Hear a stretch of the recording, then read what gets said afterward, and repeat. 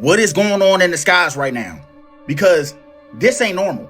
Airlines all across the world just started canceling and delaying flights, all because a software update on one of the most common planes in the sky started acting weird, y'all. Radiation, like the sun, is now messing with planes. Y'all remember them two blackouts? What is this, y'all? Why does this so-called chicken looks like the bottom of somebody's foot? You have families open up cans of cranberries thinking they're gonna get cranberries, but instead they're getting water. You got sweet potatoes holding onto water like they are a sponge. What is this? They're not even calling ice cream anymore. They're calling it frozen dairy dessert. What timeline are we in? What's up, YouTube? Welcome back to my channel. How you guys doing? If you guys are brand new here to the channel, you guys don't know what we do, don't worry, I'm gonna break it down for you guys. We talk about the most scariest and creepiest videos on the net, on the web, from YouTube videos to TikTok videos, IGOs, Facebook, anything weird, unusual, unexplained, you can find right here on this channel. Let's do what we do best, seekers. Say it with me, y'all. Let's seek the truth. About everything outside of the United States today. China has a 26-story skyscraper pig farm. Apparently on TV in Japan, they put "the staff ate it later" as a caption shown on screen when there's food to let the audience know that they didn't waste it. Brazil is utilizing geese as guards for their prisons. There's a lake in Canada named the Big Ass Lake. Do you love your half-brother or half-sister enough to get married? Well, in Sweden you can if your county approves it. The Vatican has the only ATM in the entire world that is equipped with instructions in Latin. Apparently Pyongyang in North Korea has one of the deepest subway systems in the entire world, and the tickets are as low as half a US cent. So there was a band performing in Melbourne, Australia called Amyl and the Sniffers, who had to cancel their performance because of safety concerns. But the band then decided to pay $35,000 of bar tabs across the entire city for all the disappointed fans. China has a punishment called the death sentence with reprieve, which is basically a 2-year period where the execution is only carried out if you do wrongdoing again. Man warned us about what's happening today back in 2019. The issue for me, this guy Douglas Rushkoff talks about it, the issue is like, when I try to tell kids and parents or whatever, they're coming for every second of your life. That's what these companies are coming to. This company as well. And it's not because anyone is bad. It's not because anyone in this company has evil plans or is trying to do this. They're not even doing it consciously. It's because these companies like Twitter and YouTube and Instagram and everything, they went public and they went to shareholders. So they have to grow. Their entire models are based off of growth. They cannot stay stagnant. They're trying to get more engagement from you. We used to colonize land. That was the thing you could expand into. And that's where money was to be made. We colonized the entire earth. No other place for the businesses and capitalism to expand into. And then they realized human attention. That they are now trying to colonize every minute of your life. That is what these people are trying to do. Every single free moment you have is a moment you could be looking at your phone and they could be gathering information to target ads at you. That's what's happening. So like as much as we can, as have really good conversations and try to humanize the conversations, the mechanism of the business is rolling towards that just because of the market. So it's coming. Here's some of... That's the name of the game, bro. Well, this day and age is engagement. That's why freaking apps like TikTok is so popular, bro, because people have short attention spans, man, or why shorts is popular on YouTube is people only want to watch a video for 20, 30 seconds, bro. Optimize it and just keep swiping, man. But the thing you said about ads, I have noticed that more than usual lately, bro. You just see ads everywhere, bro. You can't escape it, man. The Scariest Unknown Creatures Caught on Camera, Part 5. The video you are seeing has been trending in the Spanish community due to its unknown origins. An unknown individual is seemingly looking in the tree line for something that startled him. He then turns to his roof and we see just what that thing was. I don't see nothing yet. What the? A fleshy pink creature is seen hunched over on the person's roof. The creature has an abnormally large body in comparison to the average person, with limbs that are disproportionate to its body. Its head is also very small in comparison to its body, being attached to a freakishly long neck. It seems to have black eyes and a gaping mouth, but it's hard to tell due to the quality of the video. It quickly runs away after being spotted, leaving everyone questioning just what this disturbing creature was. gonna have to call Have you Cat. happened to come across this viral new trend where people that are pulled over by law enforcement for traffic stops are not opening their windows, but they're actually putting a sign in the window telling the officers what they will comply with and what they will not comply with? If you haven't seen the viral video, take a look at this. Look at that.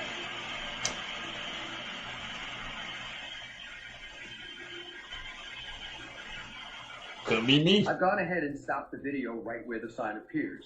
Take a look at what the sign actually says. I remain silent. No searches. I want my lawyer. Please put any tickets under my windshield wipers. I'm not required to sign, and then goes on to put the law number right next to it. I'm not required to hand you my license, again with the law number stated on the side. As you can see, the license is being displayed below the sign in the window. Thus, I'm not opening my window. I will comply with clearly stated lawful orders. So I guess my question to you is, do you think this is going to go far in certain states? Do you think that officers are going to allow this to happen in certain states? Let me know your thoughts on this in the comments. Would you do something like this? Would you have the you-know-what to do something like this? And as always, I'd love to hear from you. Reptilians do walk among us. Did you guys see Kate Beckinsale on the Jimmy Kimmel show saying that her daughter's boyfriend lays eggs? And she saw it, and she also showed them pictures that the crowd was not able to see. Now, a lot of people think she's joking or think it's some type of code word or code whatever, and it's something they do that's weird in Hollywood, maybe. But I found it interesting what she said about her daughter's boyfriend. Take a listen. 2 eggs in a week is what the bright spot was. Who did? The boyfriend did. She said he lays eggs. And she has proof of it. These reptiles walk among us. I think people just think we live in this world where the government tells us what we can see and believe, and that's it. That's all that exists. No. These reptilians walk among us, and I think a lot of you know that. Back and you look at ancient statues, you see evidence of reptilians and these weird animal-human hybrid people. Mind you, the Nephilim did a lot of gene coding naturally when they were on Earth. Y'all don't think they're doing the same thing with the technology we have today? Y'all don't still think that they walk among us? Remember, the serpent was what? A reptilian. What they do is they put it in plain sight and they want us to think it's a joke. They desensitize us to it and all these different things. She's literally saying that her daughter's boyfriend is a reptilian right in front of our faces. And even if this is talking in code, what a weird way to talk in code. Holly weird, dude. Holly weird. Once again, talk about things caught on camera. Bro, have you seen, okay, there's this clip of the Falcon 9 in space, and it was a live stream, right? And so it's showing the outside of the ship, okay? Mm-hmm. Someone spotted a mouse. What? On the outside of the thing. You can see it on video. You can see it crawl. In space? That's what I'm saying. That's what people are freaking out about, man. People are like, wait a minute. Wait. Is this true? Is this a live stream from actual space? Or is this some type of studio stuff and they just let something slip? Oh, man. But dude, I'll show you the video. It's absolutely crazy because you see it up close and you're just like, what is he looking at? And then you see something move that absolutely, that's 100% a mouse. Oh my gosh. And so it makes me wonder, like, the new Ratatouille. What are they up to? What are they filming? Astronauts? What do you mean that I could be an astronaut? Right there. Wait. That's what I'm saying, bro. And it's all over. I mean, it could probably live for like a little bit. On the outside? No, your on the head way. explode. You heard of the Chelino Sanchez story? Mexico? Yeah, it's Mexico. Okay. So he was a musician that was right after his concert because he was handed a note. From who? There was this one time somebody did something to his sister, and while he was performing, he saw that guy walk into the bar. Bro dropped the mic, pulled out his bah! Took out the guy that did some unspeakable acts to his sister. Yeah. Real cheap. Now, what ended up happening in that same bar when he was performing, somebody came up and tried to, take him out. He saw him pull up. That's like the Wild West. Start pulling out while Chelino Sanchez on stage singing them. Yo. No. Yeah, man. While he's singing. Now, the third time he was singing, somebody from the crowd came up to him and handed a note. And you know how people handed notes as a song request? Yeah. He opens the note and the note said, if you don't stop performing right now, we'll So he looks at the note. What'd he do? Real G, right? He's a real G. He closed it and he kept performing. Yeah, real G. Keep that shit going. But after the concert was done, after the show was done, he left the bar with his homies, and they're all driving in a car, right? The police, they stopped the car, and then they pull him over, and they're like, we're looking for Chelino Sanchez. Oh, is that Chelino? Yo, you have to come with us. Put him in the car, right? The friends go along their own way, and that was the last time they ever saw Chelino again. So what ended up happening, those police officers weren't police officers. They were the cartel. They found Chelino 2 hours later, tied up, duct taped, with 2 bullets head. Yeah. What is going on in the skies right now? Because this ain't normal. Airlines all across the world just started canceling and delaying flights. All because a software update on one of the most common planes in the sky started acting weird, y'all. And get this, analysts think that the same computer glitch might have played a role in the JetBlue plane altitude suddenly dropping last month. Imagine you on a plane just chilling, relaxing, and all of a sudden the joint just nosedive or just drop out of nowhere, all because of a code update. Then the Airbus came out and said something completely even crazier. They are investigating and found signs of intense solar radiation may have corrupted data inside the flight control systems. So we talking solar radiation, like the sun is now messing with planes. Y'all remember them 2 blackouts? Now we having plane blackouts. I don't know what's happening, y'all. Between the radiation and the software glitches and a plane suddenly dropping altitude, all I'm gonna tell you, something is not adding up. People are losing. Fun fact, still have never been on a plane before. That's crazy, man. Like, the solar radiation and the software updates, man, is making the planes go freaking haywire, bro. I think it has something to do with 3i Atlas, right? Because then a couple of days ago, we had that freaking the Cloudflare blackout, you know, the internet, everything was kind of down on Twitter and stuff. It's all connected, Seekers, man. Are you flying right there, bro?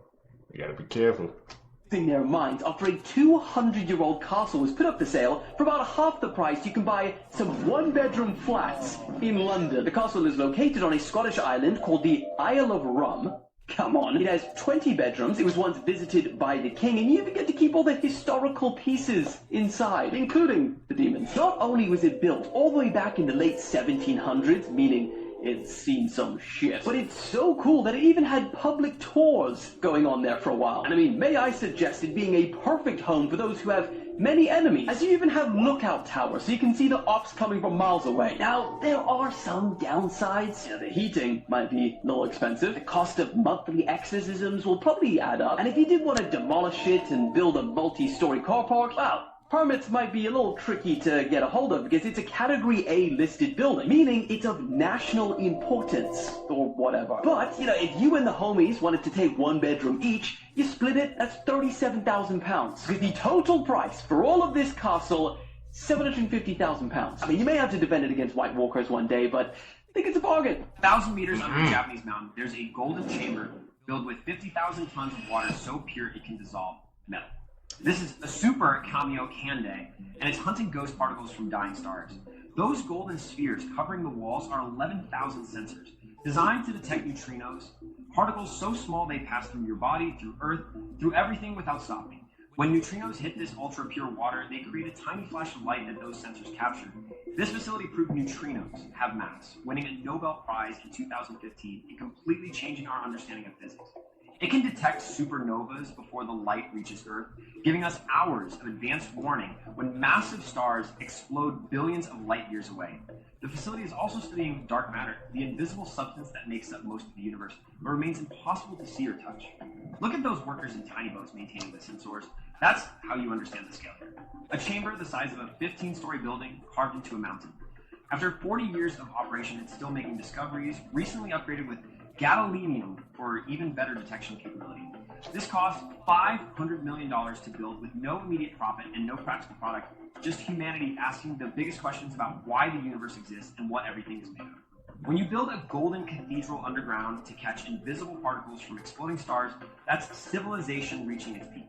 If you enjoyed this story, please show some love by liking the video and following my page for more amazing content like this. Story behind how they got this photograph Wow. has to be the most interestingest thing I've ever seen. So this guy, Andrew McCarthy, had the idea to do a photo called The Fall of Icarus, where Andrew sent up one of his most bestest friends, Gabriel Brown, after he had Gabriel jump out of a small plane 3,500 feet off the ground and 8,000 feet away from the photographer. And the sun is like 67 million miles away from us. And what's even more insane is that this shot is nearly impossible to get. As we are constantly moving around the sun, the photographer and the skydiver both have to time this perfectly. And this is where things nearly got so much more worse, because when they were communicating, and if they missed their mark by even 1 second, they would have had to reset and recalculate everything, meaning that this photo almost never happened. And what's even more wilder is that they ended up getting this photo in 1 take. And what's even more interestinger, when you take a normal video of the sun, you get these flares, but since he used a specialized lens that only captures this certain wavelength, that's how he got the sun to look like puppy fur. And after like 6 or 7 weeks of planning, and doing this all in 1 take, and Andrew couldn't believe that he got this on the first take. However, Andrew has taken some of the most insanest photos I've ever seen. Do you think this photo was worth 6 or 7 weeks of planning? Hooked. Yeah. Somewhere in a South Korean lab, a new form of life is taking shape, encased in a shell of hydrophobic particles. This shape-shifting droplet is soft yet nearly indestructible. It survives high-impact drops, squeezes through impossible gaps, and glides over land and water without a sound. Controlled by ultrasound, it follows commands, precise, obedient, but always moving. Researchers believe it could navigate the human body, deliver medicine, or explore disaster zones. A machine born from technology. And this is only the beginning. I don't know how I feel about Particle that. armored liquid robots. Squishy, smart, spooky. Have these guys never seen a sci-fi movie? I think we know how this script ends. What are your thoughts? Should we call it awesome or freaky? All right. I'm going with freaky, bro. A liquid robot born from biology, tech, and humans mixing. That never ends well, bro. Never. This has been hidden for centuries. The Eiffel Tower's real purpose is extremely different to what you've been told. Most people believe it is just a symbol of Parisian culture and the industrial age, but there is far more. Its secrets could have revolutionized the world. The Eiffel Tower was completed in 1889 for the World's Fair. It was designed as a temporary exhibit showcasing modern engineering. But here is where it gets interesting. There is overwhelming evidence that the tower was actually built as a giant antenna for wireless electricity experiments. Nikola Tesla visited Paris in the 1880s, and during his visit he met with Gustave Eiffel and shared his vision of a world powered by free wireless energy. Tesla proved that with his Wardenclyffe Tower invention that could wirelessly transmit electricity across the globe. Eiffel was fascinated by Tesla's ideas and incorporated these principles into the design of the tower. The lattice structure is not just an aesthetic choice, but it gets even stranger. During the construction of the Eiffel Tower, there were reports of strange electromagnetic phenomena and unexplained lights around the tower. Local newspapers often mention mysterious experiments conducted late at night. Some even claim to have seen sparks and glowing orbs. So, what are y'all eating on these so-called holidays? Because what I'm seeing people post on TikTok is not food. I'm convinced that these corporations have canceled the holidays along with us, because what is this, y'all? Why does this so-called chicken look like the bottom of somebody's foot? You have families open up cans of cranberries thinking they're gonna get cranberries, but instead they're getting water. You got sweet potatoes holding onto water like they are a sponge. What is this? They're not even calling ice cream anymore. They're calling it frozen dairy dessert. What timeline are we in? I'm tripping right now because I was just trying to trim some of the fat off my chicken. I started realizing, don't this look like a human foot? Or am I tripping? They do. You ain't tripping, bro. Watch me open this one. You know to do too.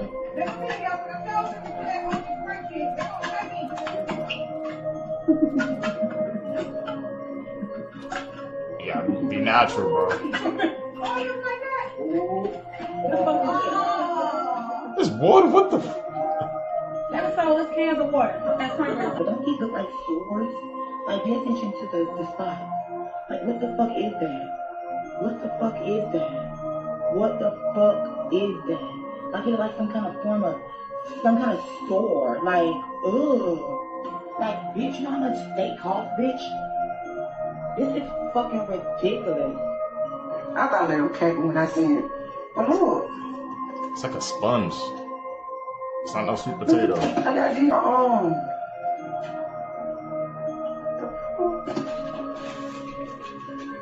Those ain't yams, bro. That's a whole sponge. Do these supposed to do that? I don't think so.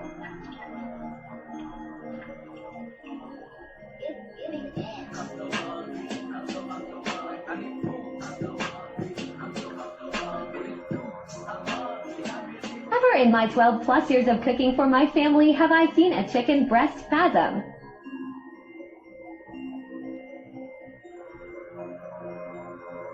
It's like it's still alive, bro. Well, what's going on with the food sources, man, to 2025? So I thought this is what I was gonna cook today. And I started to clean it, thinking that this was just some outside skin. As you can see, I'm trying to push my thing over that I cannot. And then I see this thing. It's like rubber. Like it is so hard. And it literally looks like, I don't know if that's technically correct. Throw it away. Like it is so hard. It looks exactly like plastic. Here is one that I had already pulled off. And I'm not sure what this is. Even down inside of there, as you can see, it's like plastic. Yep. Yeah. This is honeysuckle. What happened to Breyer's ice cream? That it's no longer ice cream? My husband and I were just trying to figure out why this Breyer's ice cream that was buy one get one tastes so terrible. And as we were looking at the packaging, we realized that nowhere on here does this say ice cream. Now, I was trying to be moderately healthy. I mean, obviously moderately healthy, of course. When I chose the ingredients here, because it starts with like milk and sugar and cream, and okay, then it gets a little dicey. But it's like there for a while. It's perfect. But nowhere on here, in fact, it says frozen dairy dessert. But nowhere on Breyer's, the Breyer's. I mean, this was like the ice cream of my childhood, and the premium. It's not like this socioeconomic here. Alright, Breyer's ice cream. Here are some things you didn't know about farts. Deep sea divers are unable to fart due to the water pressure. The stomach cannot form any gas bubbles, so we can rest easy that nobody farted on the ocean gate and hotboxed everyone in there. This is also why the opposite is true on airplanes. The air pressure makes gas expand and then escape, so farts increase up to 30% while in the air. Herrings communicate by farting through a process it's called fart, which stands for fast repetitive tick. They expel bubbles out of their butt, which makes a high-pitched pop that only other herrings can hear. The Yanomami people in Venezuela and Brazil greet each other by farting. The part of the fart that makes it smell is hydrogen sulfide, which is just 1% of the average fart. You can actually measure how bad your fart really is. Researchers have developed a fart meter that is an electric sensor that can measure the level of hydrogen sulfide after you fart. Maggots have been used to help heal open wounds for centuries, and scientists have now discovered a compound in maggot farts that help kill bacteria. The average person farts 14 times a day, which comes out to about 105 billion farts worldwide every day, which adds up to about 55 billion gallons of human farts added to the atmosphere. Normal. That's insane facts about farts. What the hell, man? Like I said, tap in with us, bro. You're gonna learn some interesting facts. I didn't even know farts. There was that many farts in the damn world. Looking photos that have a disturbing backstory. This wimpy-looking little girl is Jeannie, also known as the Wild Child, who spent the first 13 years of her life chained to a chair, and this photo was taken moments after she'd just been rescued. This normal-looking scenic painting features the ocean with the night sky. However, it was painted by Adolf Hitler, whose dream in life was to become an artist. However, he failed the entrance exam to art school and ultimately gave up. This photo of Richard Hickok and Perry Smith shows two murders after hearing that they'd been sentenced to death. They murdered a family of 4 and planned to rob them, but they found nothing worth stealing except for a mere $50. The girl on the left is wearing a wire. The girl on the right has no idea. Together they stabbed one of their friends to death, and the girl on the left confessed to the police and is now cooperating with them. Besides the pixelation, this looks like a couple getting married surrounded by their loved ones. However, all the children in this photo were horribly physically and mentally abused until a couple of them managed to escape. These are 8 horrifying facts Crazy. that will probably keep you up at night. In ancient Rome, soldiers used to drink fresh, warm blood to cure epilepsy. There are antidepressants that eliminate someone's ability to feel love and compassion. The Exorcist movie resulted in many of its cast dying, including 2 actors whose characters died in the movie. In 2017, an asteroid named AG-13 passed by our home planet with less than the distance of the moon. Scientists saw it coming only 2 days before it could have hit Earth. One of the most haunted dolls is Robert. It belonged to a child named Eugene in 1904. The 2 most dangerous books are called Shams al-Ma'arif and Al-Ghazali. They carry rituals for summoning demons. In ancient England, people used tops of hollowed human skulls to drink and eat. At Harvard University, there's a book bound in human skin, like for part 6. Weird facts about the human body that I bet you didn't know. Your fingernails grow 4 times faster than your toenails. Children have more taste buds than adults do. Humans are the only animals who shed tear when they are sad. Babies are born with 300 bones, but adults have 206. Every day a human makes half a quart of spit. The smallest bone in your body is in your ear. Boys are more colorblind than girls. We already knew that. Eyelashes last 150 days. Your blood has the same amount of salt as the ocean does. The heart circulates blood through your body 1,000 times a day. A sneeze blows air out of your nose at 100 miles an hour. Did you know that you are taller in the morning than you are at night? 1 in a billion coincidences. A man in New Jersey bought a $5 bottle of orange juice back in 2018. But the moment he got home, his wife told him to go back to the store and return it because it was too expensive. He went back to the store and decided to buy 2 Powerball tickets with the refunded money. And the next day, he ended up winning the $300 million jackpot. This guy caught the exact same fish 2 months after already catching it. Harry John Patch was the last surviving soldier from World War I. He died at the age of 111 years, 1 month, 1 week, and 1 day. Tom Cruise divorced all 3 of his ex-wives the year they turned 33, and each is 11 years younger than the last. The first person to ever die during the construction of the Hoover Dam was this man named J.J. Thomas, who died on December 20th, 1922. On the same exact day, 14 years later, the last person died. And that man was J.J.'s son, Patrick. Damn, that is like some weird coincidences, bro. You know, like how things have to line up in the universe or something to like happen like that. Especially about the thing about the Powerball, man.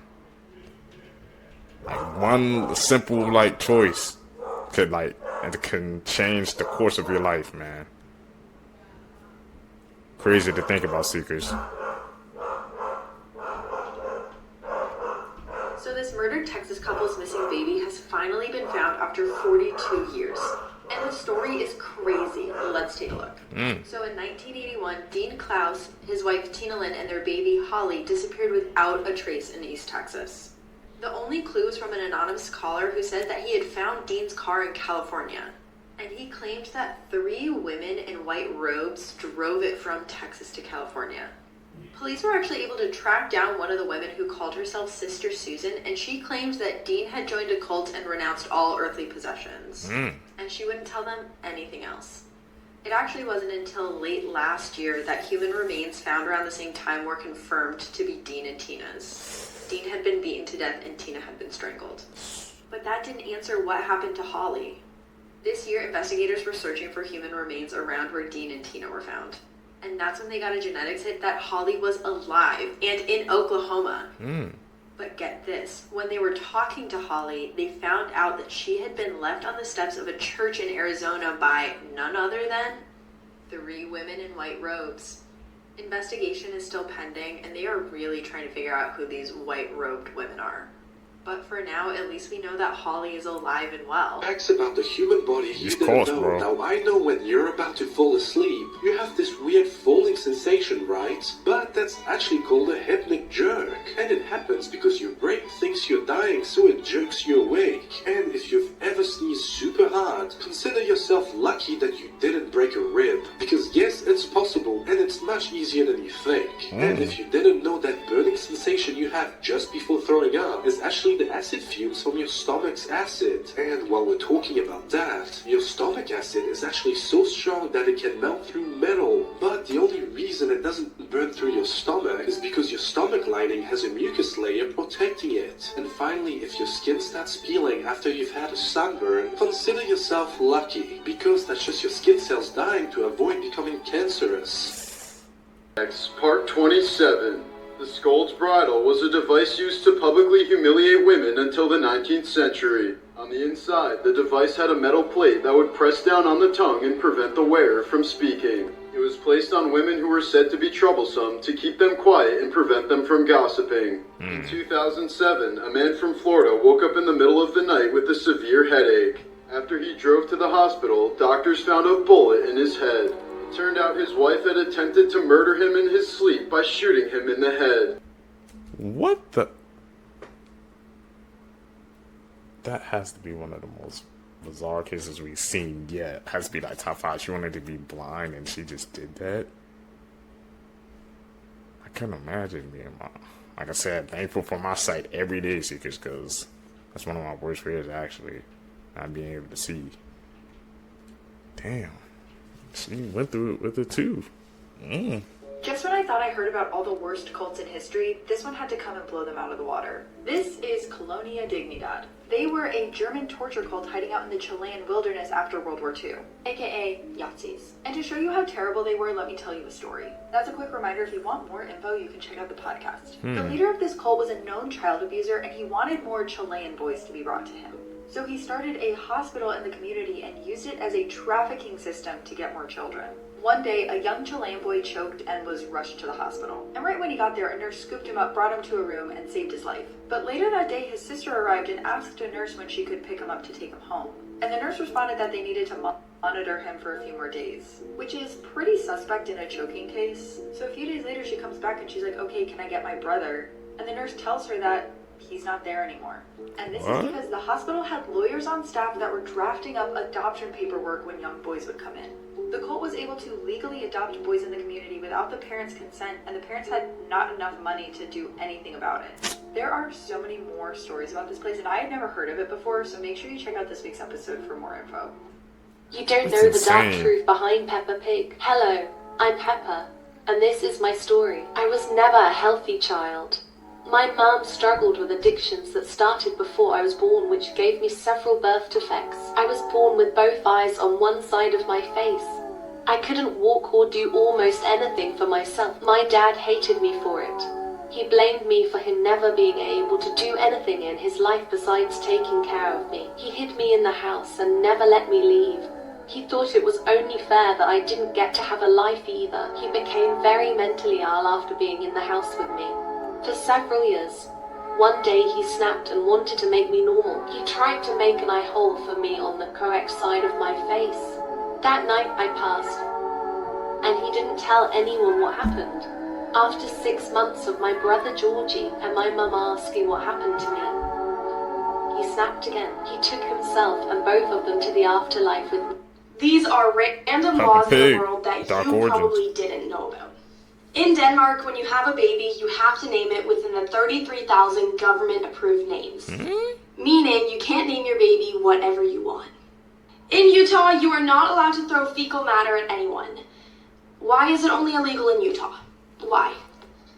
In France, it is illegal to drive without a breathalyzer in your glove box. They introduced this in 2012 in hopes of reducing the amount of drunk drivers. I love this law. They should have this literally everywhere. In Oshawa, Ontario, you can be fined up to $250 if you climb a tree without a climbing permit. What? $250 to climb a tree. In Russia, it is illegal to drive a dirty car. They need to be able to see your license plate. I completely agree with this one. In the UK, according to their 1986 Salmon Act, it is illegal to hold a salmon in a suspicious manner. I don't know what to... In a sus matter? What the heck? Like I said, there's some weird laws all around the world. I didn't even know that about Denmark. You can't name your baby whatever you want. It has to be approved. That capped a fact, man. We're going to have to check up on these facts. These laws, man. Scary facts that will make your skin crawl. BT point 3.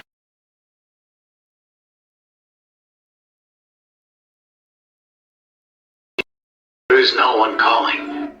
It's the ghost informing you of their presence. The inventors of the Ouija board claim it got its name when they asked it what it should be called. They also asked it what Ouija meant, and it replied, "Good luck." If you're walking and you feel someone behind you, it's a ghost looking at you. The human body can feel the presence of ghosts. These are facts that will make your skin crawl, part 1. Up first, did you know that women can actually give birth after death? It's extremely rare, but it's called coffin birth. Up next, everybody has definitely heard of the 5-second rule and probably applied it in your life at least once. But did you know in those 5 seconds, minor insects can still crawl on your food after you drop it on the floor, pick it up, and then eat it? Up next, if a black cat looks at you and then suddenly runs away, it means that something unusual is about to happen to you. So if this happened to you recently, then I recommend just staying in your room and not leaving. Finally, did you know that a cockroach can live 9 days without its head before it starves to death? This is absolutely crazy, and as weird as this sounds, I have to see it to believe it. Me too.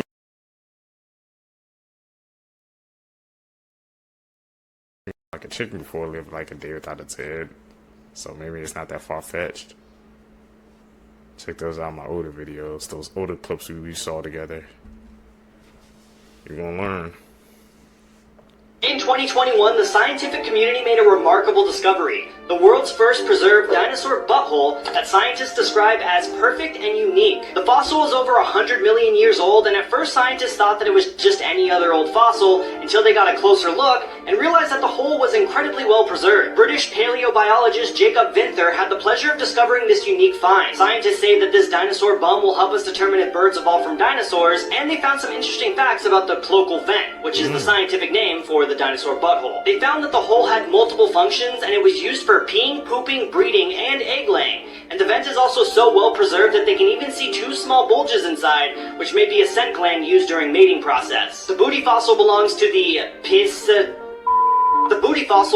Psittacosaurus, which looks kind of like a Triceratops, but is the size of about a Labrador Retriever, which really just wants me to have a pet dinosaur the size of a dog. Like, how awesome would that be? Oh, and the cherry on top is they even found fossilized dinosaur poop stuck inside. If you like dinosaur booty, follow. Facts that you probably didn't know until now. A lot of us are used to taking flights that last anywhere from 2 to 6 hours, but did you know that the shortest flight in the world only lasts 57 seconds? A Logan Air flight between Scottish Islands Westray and Papa Westray only lasts 57 seconds and travels a distance of 1.7 miles. Like, bitch, I could run that. Another fun fact is one about elephants. Did you know not only do they hear out of their ears, but they can also hear out of their feet? Typically, to hear normal distances, elephants will open their ears like that and scan back and forth to hear. But to help them hear noises that are far away, they'll freeze, lean on their front legs, and that's how they hear. And lastly, we all know and love Pringles. Who doesn't love a good Pringle? The man responsible for creating the iconic Pringles can is named Frederick Bauer, but that's not the fun fact. The fun fact is that when he passed away, it was his dying wish that his remains be put in a Pringles can. Yeah, I mean, like you said, everybody loves Pringles. I think I got a Pringle jar right there. It's crazy. And how elephants get hit through their damn freaking legs? What the hell are we learning today, Seekers?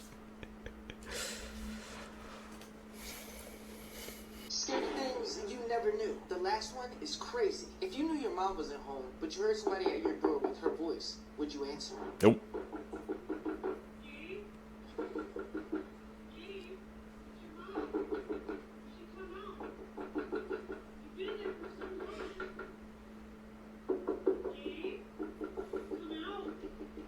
Do you want to know who your secret crush is? It's the second person you see when you click share and more. In 1991, Philip Lewis, who we know as Mr. Mosby on Sweet Life of Zack and Cody, took a woman's life while drunk driving. His blood alcohol level was 3 times the legal limit. But since Maryland didn't have strict laws on drunk driving yet, he only served about 1 prison year and some community service. No one can comment under this video and give 0 likes. If there is a comment with 0 likes, you are the chosen one. Before we get to the last scary thing, please support this page by clicking the follow button for more interesting posts every day. 2 cops were called to a graveyard to investigate noises when they heard this.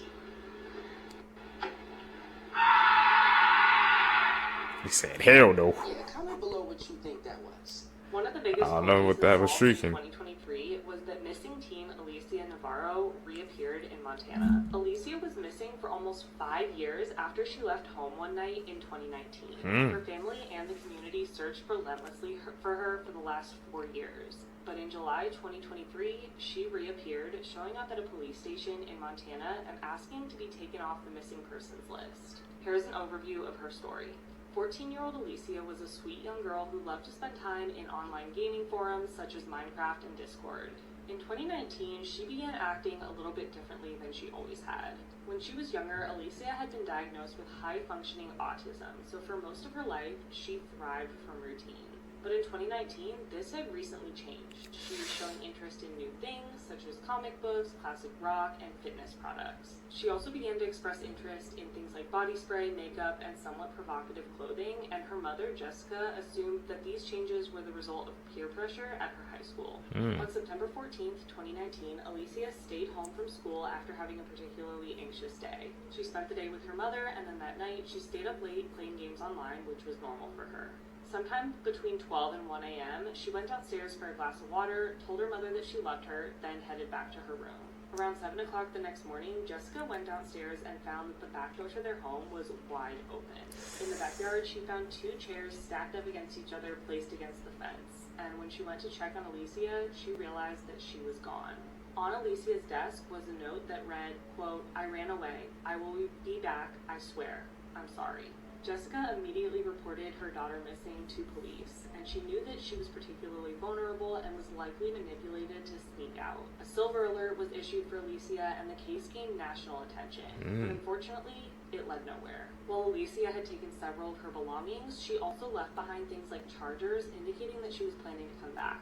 There were sightings of Alicia, but she remained missing, and Jessica started to appeal to the public for help in finding her daughter. But Alicia was nowhere. 2023. In July, now 18, almost 19-year-old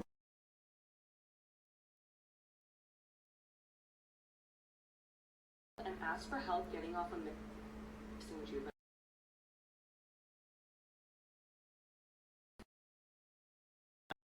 police station. A neighbor of the house that she was living in heard her yelling with the man she lived with, but the neighbor only heard her say, "I will go back." It's been reported that Alicia wanted to get taken off that juvenile missing list so she could obtain a driver's license and start living a, quote, normal life. The man she was living with was questioned, but he was released with no charges, and authorities reported that by all accounts, Alicia seemed to be safe and that she had left willingly. Go to part 2. Never heard. Whenever you take a dip in the ocean, you're basically swimming in a huge graveyard. It's been estimated that throughout history, hundreds of thousands, if not millions of people have died in the ocean. And in the United States, over 1,600 people have gone missing in national parks. And just in case you needed any more nightmare fuel, here's a video of a massive huntsman spider shedding its skin. And I didn't even know that these things could do that. Here's some of the most disturbing things found in food. Every Halloween, parents should be checking their kids' Halloween candy for any signs of being tampered with. It may sound like an urban legend to find foreign objects in Halloween candy, but it is very real. A boy from Spokane, Washington got back from trick-or-treating and was ready to dig into his treats. But when he bit into one of his candies, he felt something sharp poke his cheek, only to discover a rusty nail hidden inside. Luckily, he did not get tetanus and he was relatively unharmed. The mother opened the rest of his candy only to discover many other metal objects hidden within his candy. Now you gotta be careful, bro. Can't eat all that Halloween candy. That's your This is how rare you are compared to the rest of the world. Only 1% of the whole population can swallow 3 times in a row. If you could do it 4 times, Superman, that you? And if you can do it 5 times, well, you can't, because it's basically impossible. I bet you didn't know that there is considered to be a rarest zodiac sign. And that sign is actually Aquarius, so if you're in that, good job. Only 10% of people around the entire world have Morton's toe. Essentially, your index toe is larger than your thumb toe. Even crazier, only 5% of the population's tongues are tied. Question, have you ever walked outside and immediately started sneezing? Well, you're kind of rare because 25% of the population sneeze from sunlight. And just 1% higher, with 26% of people having a narrator in their head. It'll be like a constant voice that you can't shut off. A voice that you hear when you think. Also, less than 1% of people have unbreakable bones. I swear this is next to superhuman. Not really sure how you'd figure out if you have this, so don't. And finally, less than 1% of people can hear colors and see sounds. Please let me know if you have any of these in the comments, because I need to know. I think I got the first one. I can swallow 3 times in a row. I don't got nothing else. Here's some of the scariest things that have been caught on camera. In this video, some urban explorers decide to explore an abandoned mental asylum when they encountered something they'll never forget. While exploring, they found the usual things that would be in an abandoned building, like graffiti, peeling paint, and scattered trash. But when they entered a certain corridor, they seen something horrifying. There was a thin figure with long hair slowly creeping around the corner at the end of the corridor before it gets up and charges the group, causing them to flee. The hell is that? Some people say it's a creature, but if you look closely, you can see that the figure is wearing shoes, so it's most likely a very skinny person. Is this a homeless man occupying the building? Is it an old patient that returned to their prior residence? Or is this figure something else entirely? There's something wrong with my life. And why is there a door in my home that's always been locked? Let's talk about the full story of the extremely disturbing horror game, She's Still Alive. Massive spoilers ahead, but of course I have the full playthrough of the game on my channel. The game starts with our character Hare waking up in a panic about his wife Bunny. But it's okay, she's right next to him, still alive, so he can calm down. We try to start the day with some food, but she isn't hungry. She's always complaining about her stomach hurting. We get the sense that these characters are going through a lot. They barely leave the home. And Hare is super protective of Bunny. She's not allowed to leave the house at all. But the anxiety and the panic return as we realize that Bunny has locked herself in our bedroom. Here's a warning from this point on, very disturbing content ahead. We find missing posters of Bunny created by us, and we also meet a neighbor complaining about the smell around our home. We can't worry about what's happening now though because we have to take care of Bunny. And then everything changes when she asks us to play hide and seek. A grotesque version of Bunny appears at our door. We are flooded by disturbing imagery of her being dead. We open the locked door and reveal the truth that Bunny has been dead for a very long time. Hare simply could not accept that she was gone, and the game ends with him still refusing to accept it. Wow, okay. Sounds crazy, bro. Where we at?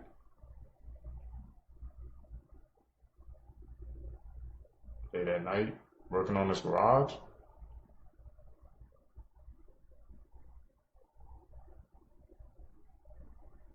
I'm about to ruin your childhood, part 19. Walt Disney didn't like Jewish people, abused women, was a racist as well. The voice of Elmo was a predator that targeted minors. Mr. Mosby went to jail for killing a 21-year-old with his car while intoxicated. The lion costume from The Wizard of Oz was made with real lion fur. Dr. Seuss was a racist who abused his wife who had cancer. That you're scared of this animatronic. This is the It Pennywise animatronic from Unit 70's Studios. The video at the end is so much worse. I had to edit it because if you've seen it or if you've read the book, you know what happens in this area, but the video doesn't have that. Anyway, this thing is absolutely terrifying. Also, yes, it's holding little Georgie, and Georgie's screaming at the top of his lungs in the video. It's so creepy. It's a little animatronic, but it's so scary. The animatronic of Pennywise himself is 12 feet tall. That is if you take a 6-foot tall person and times 2 it. That is terrifying. Also, like, why did they make him look like the Predator? Like, this is gorgeous. It's an awesome animatronic. I would honestly be terrified to go anywhere near this thing. And yes, I am repping Pennywise right now. So watch this video and let me know what you're thinking. And are you scared of this animatronic? I bet you are. Let me know down below.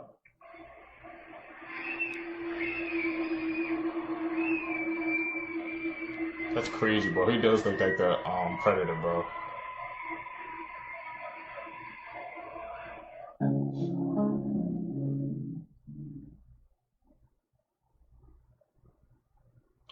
Keeper's Temple Cult.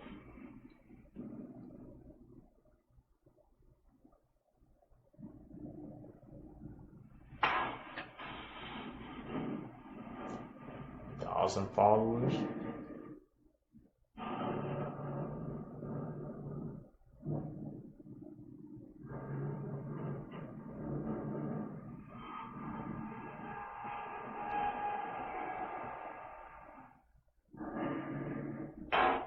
So they wanted to leave, bro.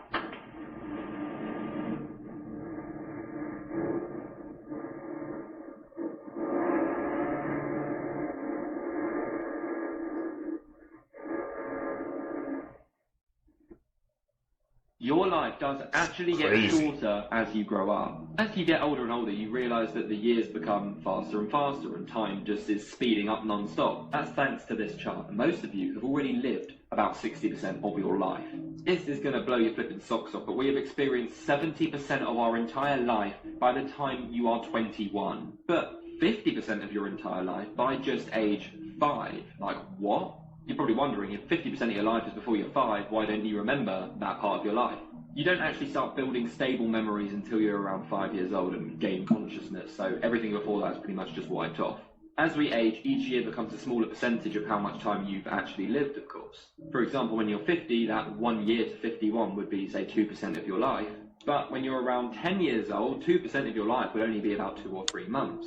So 2 months to a 10-year-old would feel the same as 1 year to a 50-year-old, which you can imagine, like, when you've all been kids, time felt a lot longer. Think of your brain as a storage device. It only has a certain capacity that it always has to get rid of things and memories to stay at that. And it is true, once people get to 20 or 30 years old and they start saying life is just flashing by and before they know it, they're in a retirement home, it's true.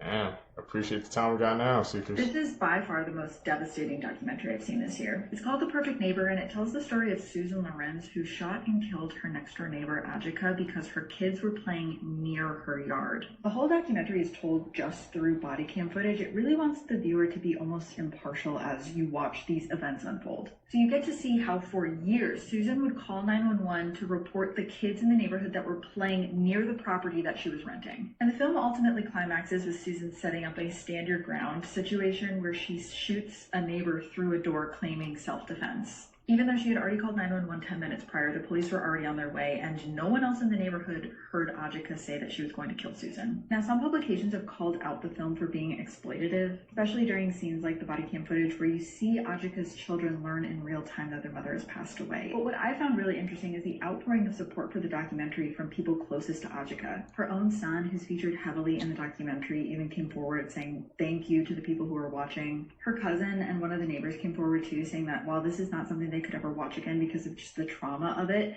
they are happy that people are watching it, and it's not for entertainment. Like, this should be a deeply uncomfortable watch for everyone who views it. This 13-year-old consumed his classmate just out of pure curiosity. 13-year-old Youssef was from Egypt, and he was really into violent films and online games. In October of 2025, he lured his classmate Mohammed to his family's apartment. Youssef made it seem like they were just going to hang out together, but sadly that was not the case. As the two were in the apartment together, Youssef grabbed a wooden stick and attacked Mohammed with it and kept hitting him in the head until he died.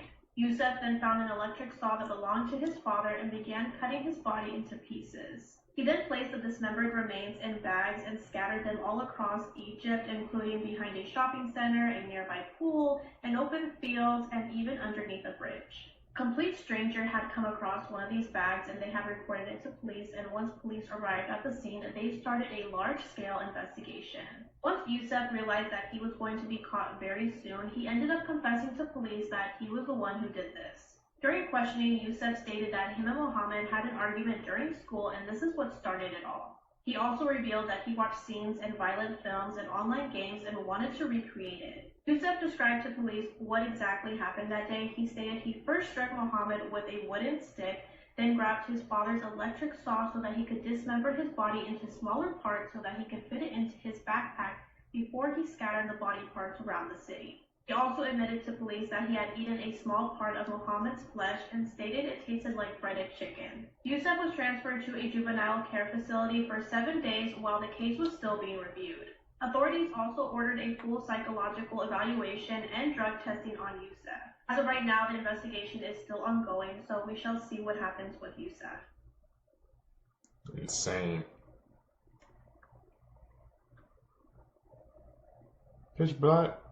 He out in the woods. Couldn't be me, bro. You different.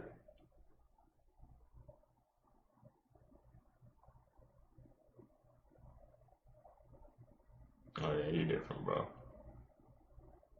About to Ruin Your Childhood, Part 46. The toys all died in Toy Story. The kids would have no idea, and they would continue to play with them like normal. Then that means all the other toys would be forced to play with their friends' dead bodies.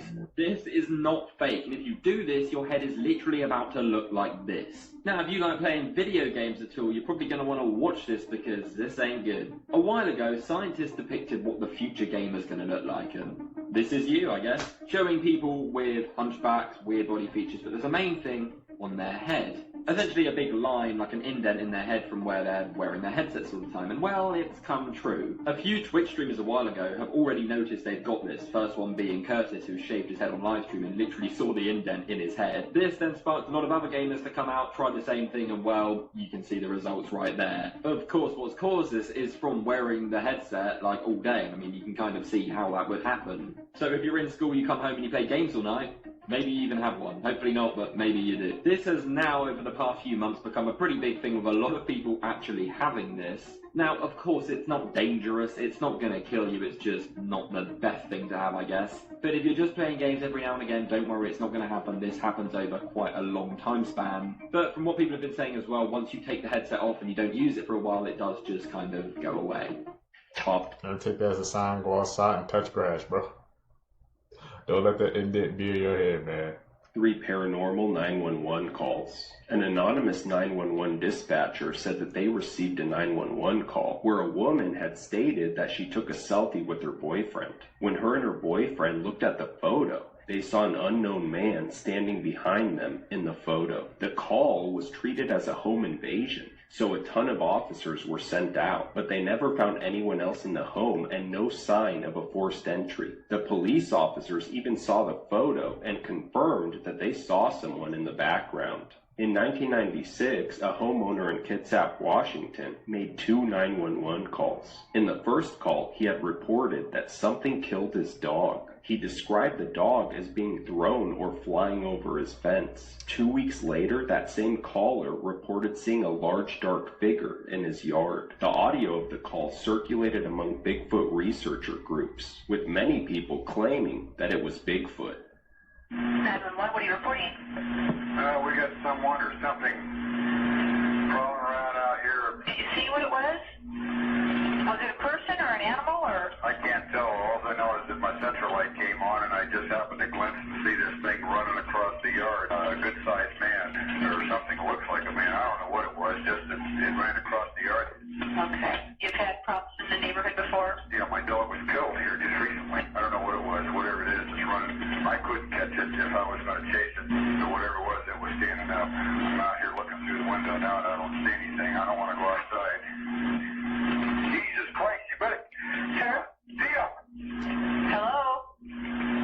Get somebody out here. What's going on now, sir? That son of a is about 6'9", I don't know. Do you see him now, sir? Yes, I'm looking right at him. Uh-oh. Okay, hang on. He's like... Is he in your yard, sir? Yeah, God, he's big. Okay, what's he doing in your yard? He's looking at me.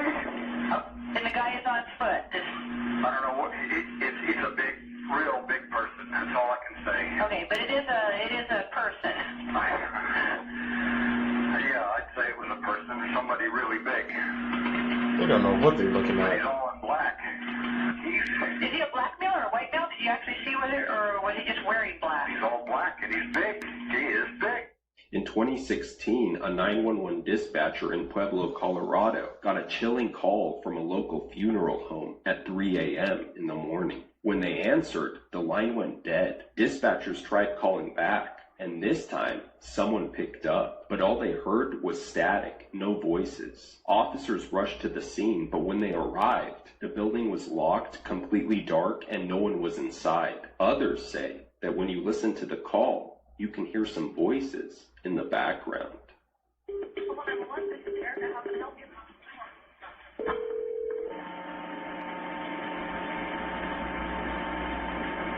Hello? Hello? It's an empty line.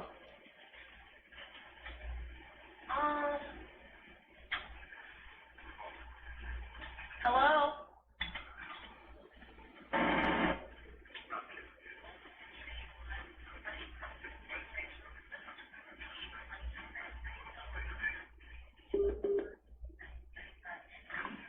That's weird. She declined his marriage proposal, and so he snapped her neck and then gouged out her eyes. I'm Trukin Caitlin, and this is the murder of Tara Sereno. In 1999, Fred and Sandy Sereno decided to adopt a 2-year-old little girl named Tara. They already had 2 of their own biological children, named Jeffrey and Camille, both of whom were older than Tara, and so Tara became the baby of the family, and she completed the family for the Serenos. The Serenos being a devoted Catholic family living in Lehigh County, Pennsylvania. Tara would be described as being very artistic, imaginative, free-spirited, and creative. She was one of these people who just had a bright aura around them. She had a very positive outlook in the world. However, as she grew older into her teen years, she began struggling with her mental health.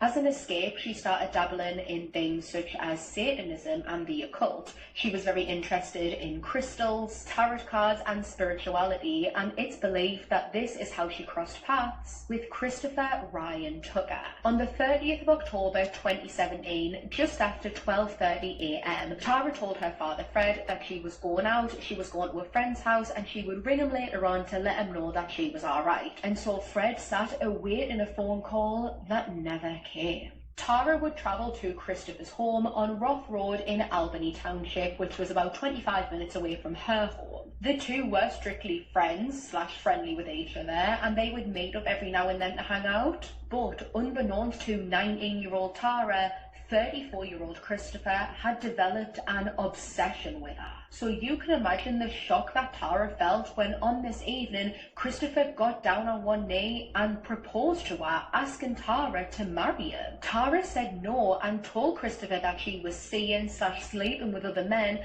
and upon hearing this, instead of taking it on the chin, Christopher saw red. He wrapped his hands around Tara's neck and strangled her until she fell unconscious. Then, in order to ensure that she was dead, that he had killed her, Christopher then snapped her neck before gouging out her eyes and beating her body with a hatchet. Tara's body would then be wrapped up in a rug and hidden inside of Christopher's house, specifically in his bedroom. Meanwhile, the Serenos were sick with worry. Tara was always the type of person where she kept in touch with her family to make sure that they knew that she was okay. And after they hadn't heard from her for a couple of days, she wasn't picking up the phone, she wasn't ringing them back. It got to the 1st of November when they were going to wait no longer, and so they contacted the police and reported her missing. Officers began tracking down her last known location, which led them directly to Christopher's house.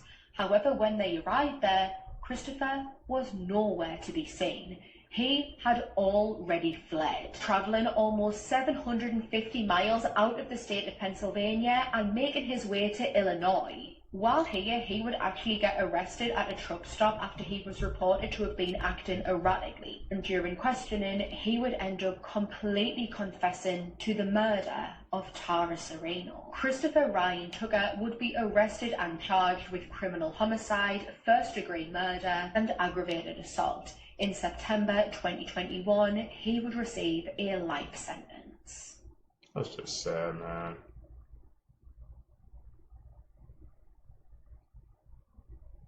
Out in the middle of the night again? You get the feeling that you're not alone. You know you're being watched.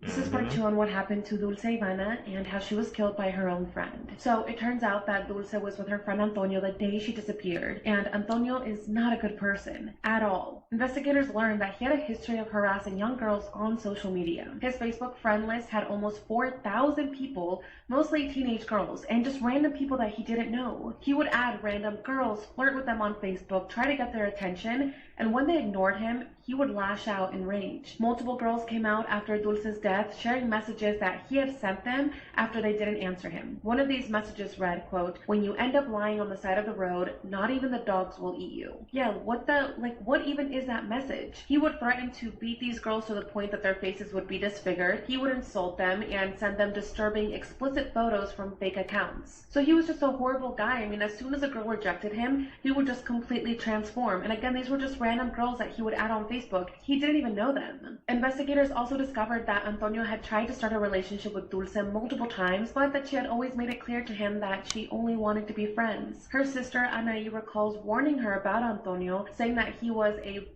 user and that he was older than her. But at the end of the day, she was kind of okay with the friendship because on the surface, he did appear to be nice and treated Dulce well. You know, he would send her food and water and give her snacks when she would be working or studying and things like that.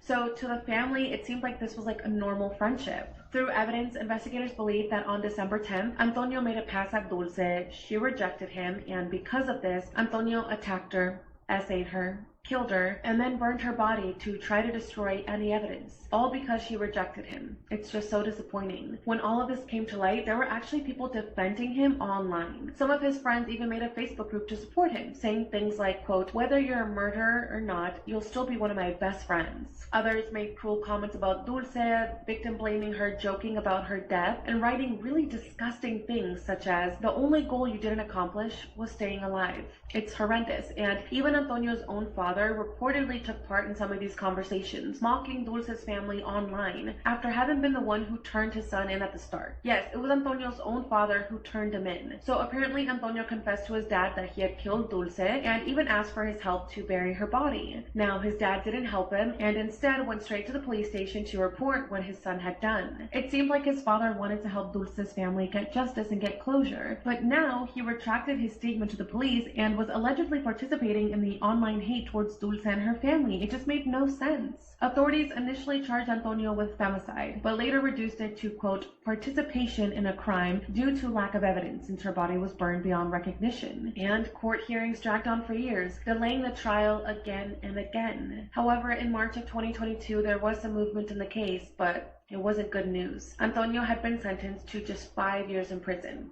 5 years. 5 years for ending a 16-year-old girl's life and burning her body. Dulce's family was completely shattered with the sentencing. Her sister Anaí said, quote, "He'll get out and he'll do it again because his father pays for lawyers and because the system allows it." Dulce's family is now forced to live with the fact that he will get out while he is still young and possibly hurt someone again. It's just so infuriating. But, you know, they're trying their best to move forward. Now, instead of celebrating her birthday, her sister Anaí honors Dulce with a Dia de los Muertos altar every year, remembering her and fighting so other families don't have to experience this pain. Dulce was only 16 years old. She was a daughter, a sister, a friend, and a bright young girl who wanted to study, build her future, and live her life. She did everything right. She told her family where she was going, she left when it was still daylight, and she left with a trusted friend. And yet, she still never came home. Instead, her life was taken by someone who couldn't handle rejection. Parents and guardians, please talk to your teens and young adults and teach them how to handle rejection in a healthy way. Watch for red flags, toxic behavior, and warning signs. My condolences go out to Dulce's loved ones, and I hope that she is resting peacefully. The full case is not up on my you-know-what yet, however, it will be in a couple of days, so if you guys do want to hear more about it, you guys know where to on her face, but then she forgave him and then married him. This is the story of Berfine Ozek. She was 18 years old when her ex-boyfriend threw acid on her face after she ended their relationship. Kasim Ozan had threatened Berfine multiple times before, but on January 2019, he waited until she left her house and he attacked her. She suffered severe burns, permanent disfigurement, as you can see in these photos, and she lost her vision in one eye. Kasim was arrested and was sentenced to 13 years and 6 months in prison. And Berfine initially testified against him, but things quickly changed. Absolutely no one expected this, but while Kasim was in prison, he wrote letters to Berfine. He apologized and expressed his love for her. And that's when eventually Berfine withdrew her complaint and stated that she still loved him and that she forgave him. Then in 2021, Kasim was released from prison early, and a year later, Berfine and Kasim got married. And of course, people were so upset and even concerned that this woman was being manipulated, and others just thought that she settled with this man because no one else would love her because of how she looked. Her own family also tried to stop her from marrying this evil man, but she insisted, and apparently they cut ties with her. Shophelia, could you guys forgive a person like that? Poured acid on your face and we got married to them? That's one of the wildest things I've heard yet, watching these clips together with you guys, Seekers. Ahmed was murdered by her parents because she was becoming too westernized. Let's talk about it. Now, Shafilia actually was brought up in the UK but had Pakistani roots, and one day her family says, "We're taking you to Pakistan to get an arranged marriage with your cousin." She was terrified and her dad drugged her with sleeping pills and put her on the flight anyways. When she woke up, she was so scared that she attempted speech, and this would result in her spending the next 2 months in the hospital before returning to the UK. Her parents then plotted an honor killing where they shoved a plastic bag into her mouth to suffocate her in front of her siblings, and they told the siblings, "If you tell anyone about this, you will be killed next." Then they dumped her body into a river and reported to the police that she had ran away. 5 months later, the police discover the body and realize it's her. The parents play dumb, and it's not until her little sister goes and tells the police what the parents had done. They got sentenced to 25 years without parole.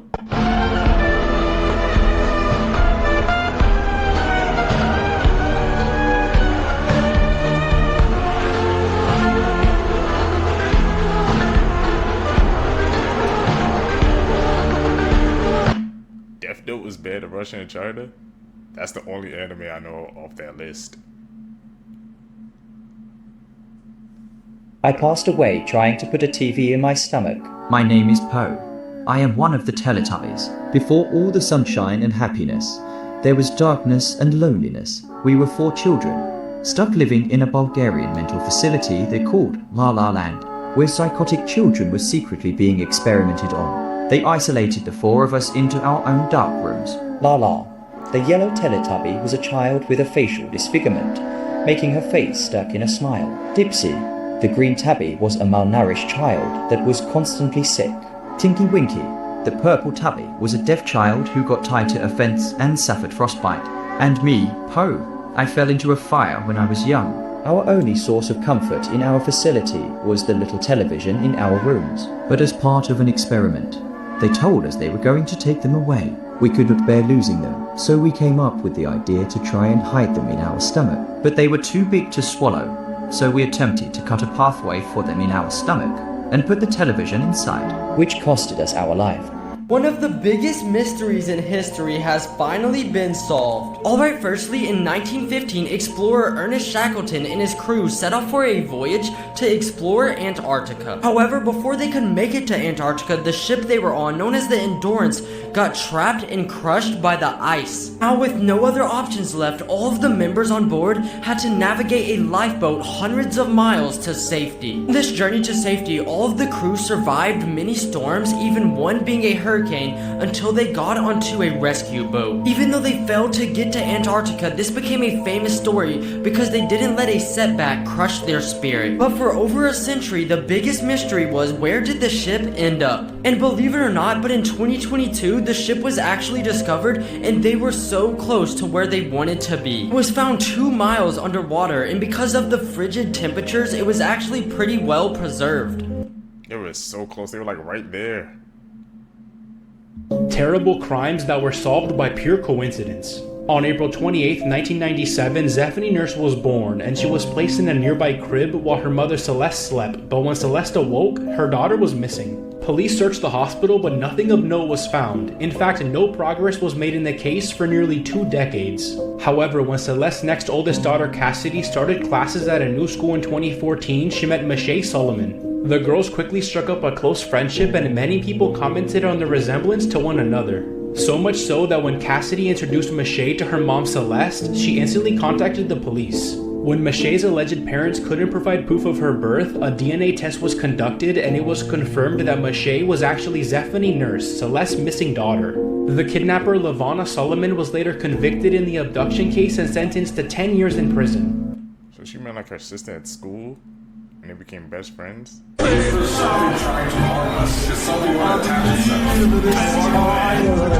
you connected in any other way to other haunted dolls? Everybody against you.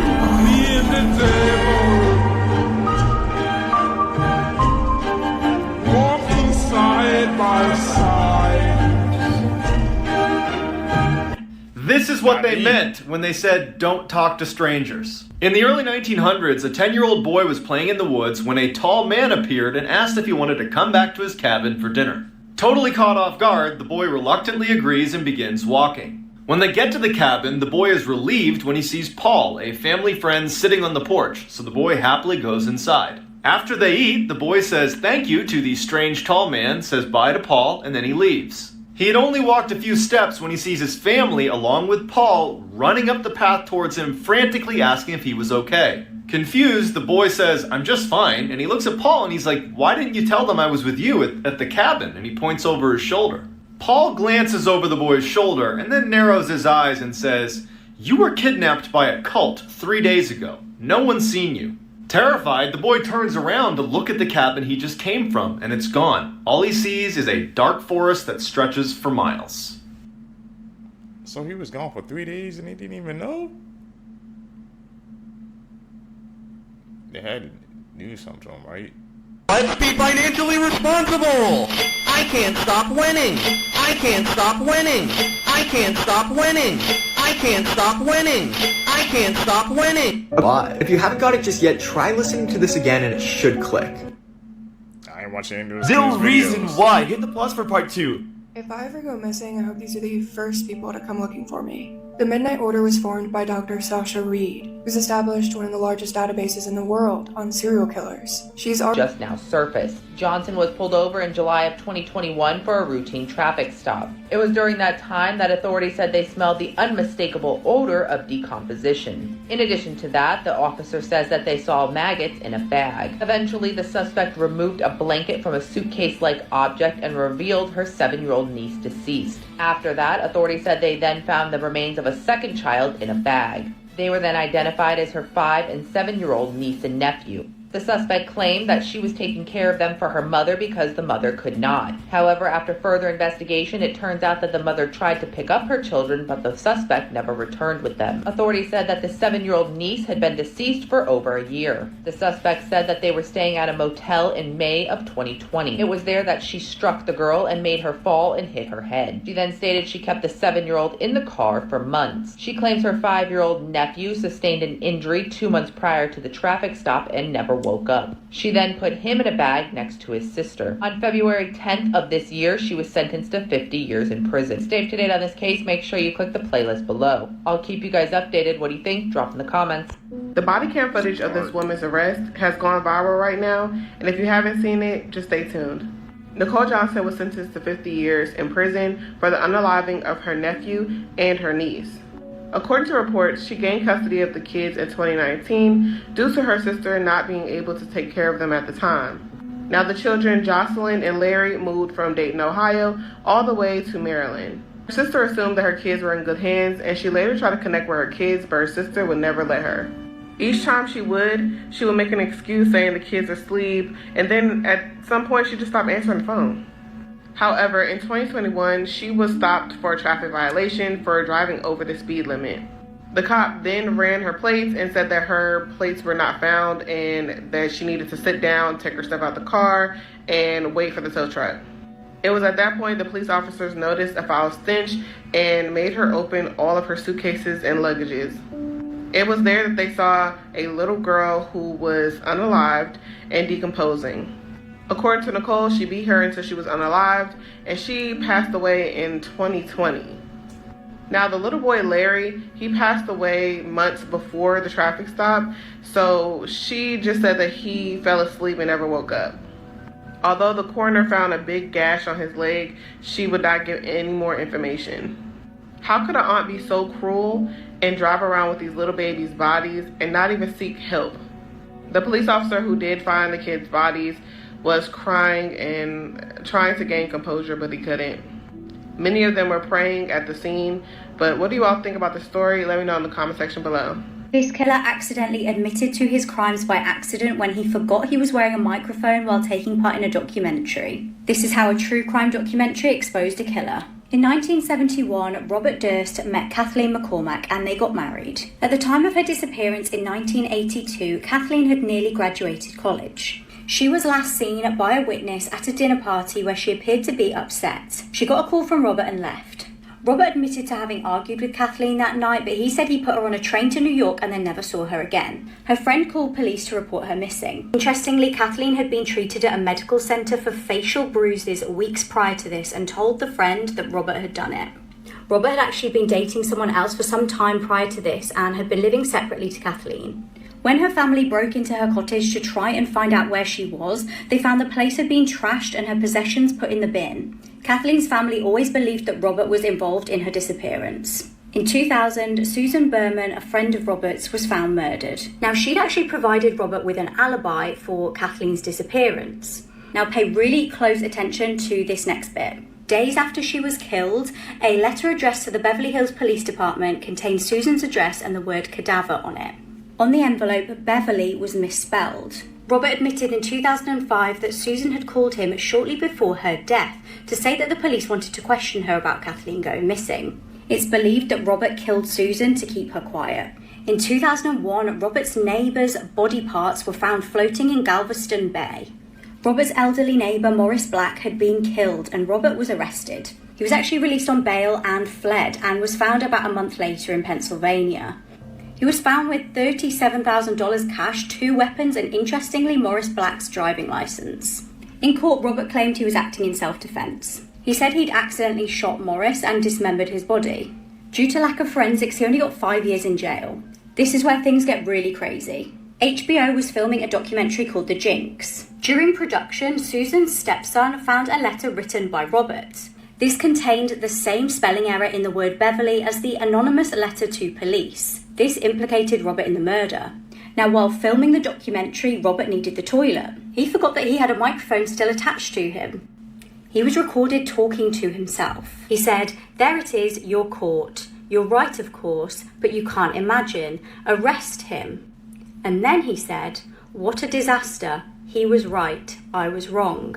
And finally he said, "I'm having difficulty with the question. What the hell did I do? Killed them all, of course." You got caught in 4K, man. A part of the documentary?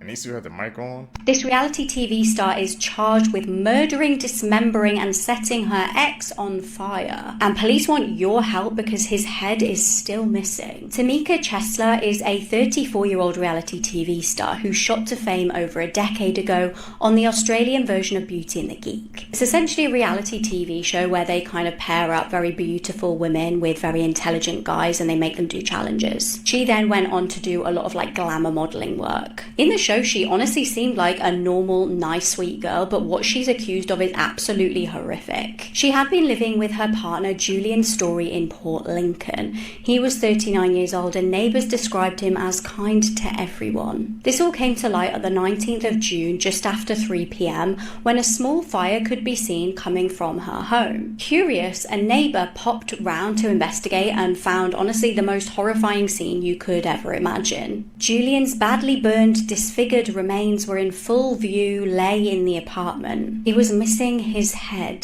Tamika was also found just outside of the property in the garden in a, quote, catatonic, unresponsive state. This poor neighbour immediately called police, obviously, and Tamika was arrested. They then obviously had to piece together exactly what had happened here. They scoured CCTV from the local area and found haunting images of Tamika wearing a black cloak, walking around with her dogs between the 17th and the 19th of June. She could be seen carrying a plastic bag, but it wasn't clear exactly what was in that bag. Police alleged that she killed Julian at their home and then decapitated him and set him on fire. Although searches have taken place, like I said, the police are still looking for his head, which is yet to be found. Tamika is charged with murder, destruction or disposal of human remains to obstruct justice, and assaulting a police or emergency worker, so I'm assuming she kicked off when she was arrested. She is currently being held in a psychiatric facility. He was found stuck inside of a chimney after missing for 7 years. 18-year-old Joshua Maddox lived in Woodland Park, Colorado, and had a love for nature. He had a free spirit, carefree attitude, and it was pretty normal for him to just get out and go for a walk. On May 8th of 2008, Joshua told his sister Kate that he was going to go outside for a walk. She didn't think much of it because this is something that he would always do, but later that day, his family noticed that he never came back home. They started to worry because this was out of the ordinary for Joshua. His parents waited several days before contacting the police, and on May 15th, his father is the one who called and reported him as missing. The search for Joshua went on for months, including authorities, family members, and friends searching around the area. But as time went on, people started losing hope of finding Joshua. Joshua's sister Kate hoped that her brother just left town, started a new life, and that nothing had happened to him. At this time, many were speculating that maybe he ran away due to not being able to deal with his brother's death just 2 years prior. His family didn't want to believe that Joshua was a runaway, so they listed him as missing. 7 years later, in 2015, a man named Chuck Murphy was demolishing his old wood cabin so he could make room for a property development. The cabin had not been used for years, it smelled rotten, and while they were trying to demolish it, inside of the chimney they found a mummified body. Yes, this body belonged to Joshua Maddox. He was found cramped into a fetal position with his legs above his head. And the sad part is, he was only 1 mile away from his home. A coroner believed that Joshua was climbing down the chimney to get inside of that cabin when he got stuck. His death was ruled as an accidental death, but Chuck, the owner of the cabin, said that this was impossible. He had installed a heavy wire gate across the chimney so that raccoons and other stuff wouldn't be able to get inside. The case was opened up again and they were trying to figure out if foul play was involved. A major clue that wasn't discussed as much is that Joshua was found only wearing a thermal t-shirt. Inside of the cabin lay the rest of his clothes, including his shoes and socks, so it didn't make sense that he was climbing down the chimney if he was already inside the cabin. Joshua's death was once again disclosed as an accident, but Chuck was convinced it was no accident. There was also a main suspect who saw Joshua the last time he was alive, but since 7 years passed by, it was hard to get information from him. To this day, Joshua's death remains unsolved. One day you just go out for a walk and you could just disappear. The world is a scary place, man.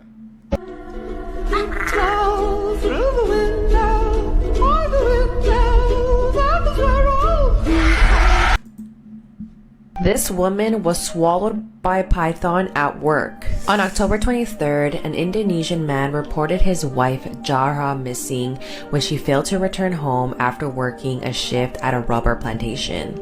After searching the plantation, her scarf, sandals, jacket, and working tools were found, but she could not be located.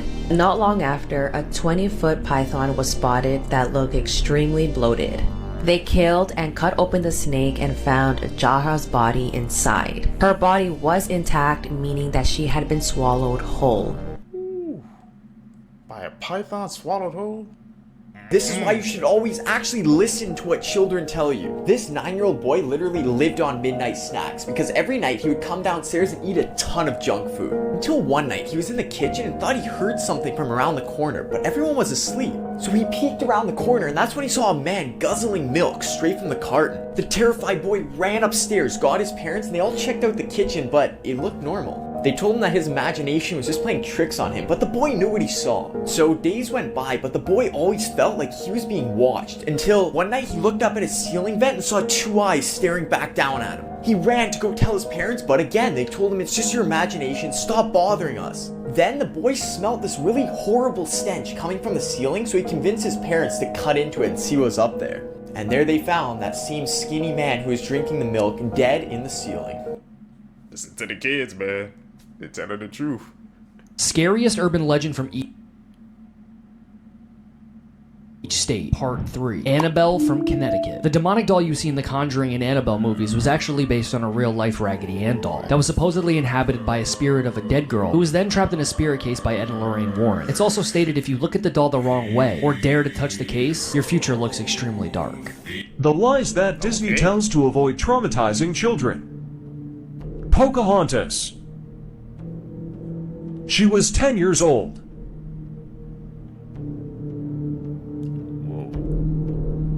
And he was 27. They ain't put that in an animated movie. She called him father.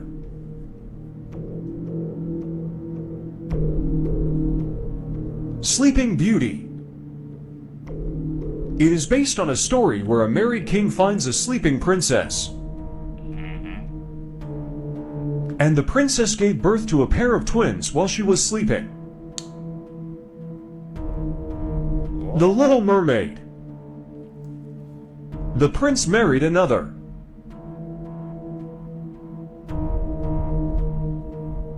And the Little Mermaid turned into sea foam. I don't know if that's cap or fact, man. We're gonna have to check that out. These videos we watch together, man, always check for yourself. 3 seconds. If you don't see it, you die.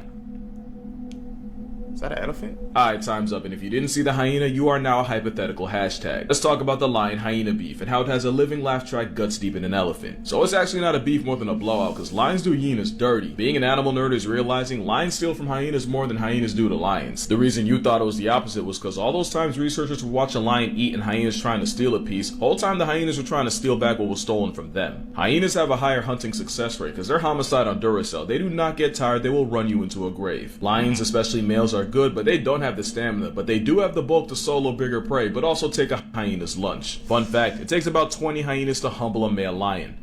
And they know it. They also know that hyenas are their biggest competition on the plains and will murk them on sight. Now hyenas will roll in clans of up to 80, so they'll get their get back when they have the numbers, but band for band versus a lion king, they take the L almost every time. Hyenas are smart, and they've been known to hide inside expired elephants to avoid not just rival hyenas, but pirating lions too. Doing that means they can finesse more mealtime without getting hurt, murked, or put on a shirt. Moral of the story? Now you see why they pulled up in the elephant graveyard.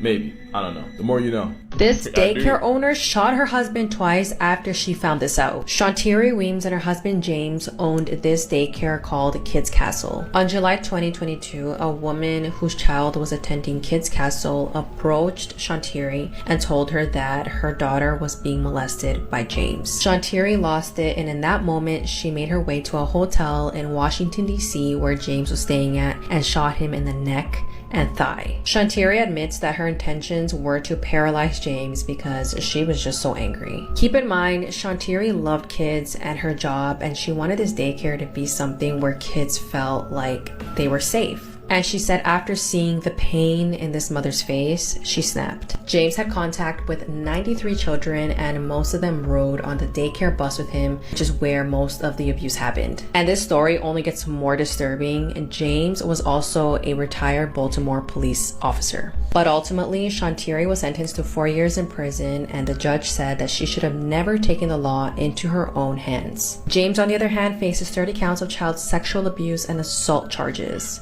Blood-curdling facts that you wish you never knew. Part 18.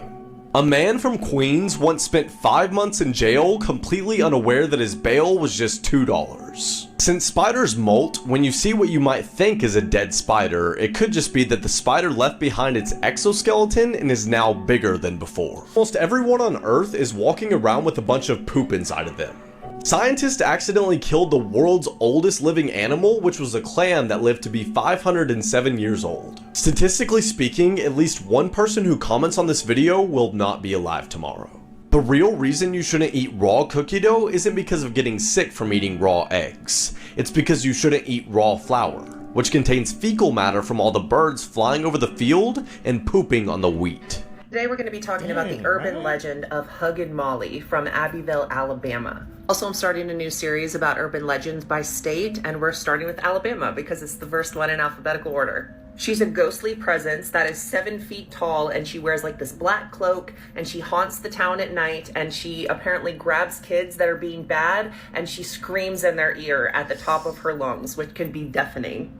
Some people think that she was a mother who lost her children. Some people think that she was a school teacher back when she was alive. I like the school teacher theory, honestly, because like I was a substitute for years and I would also do this in the afterlife.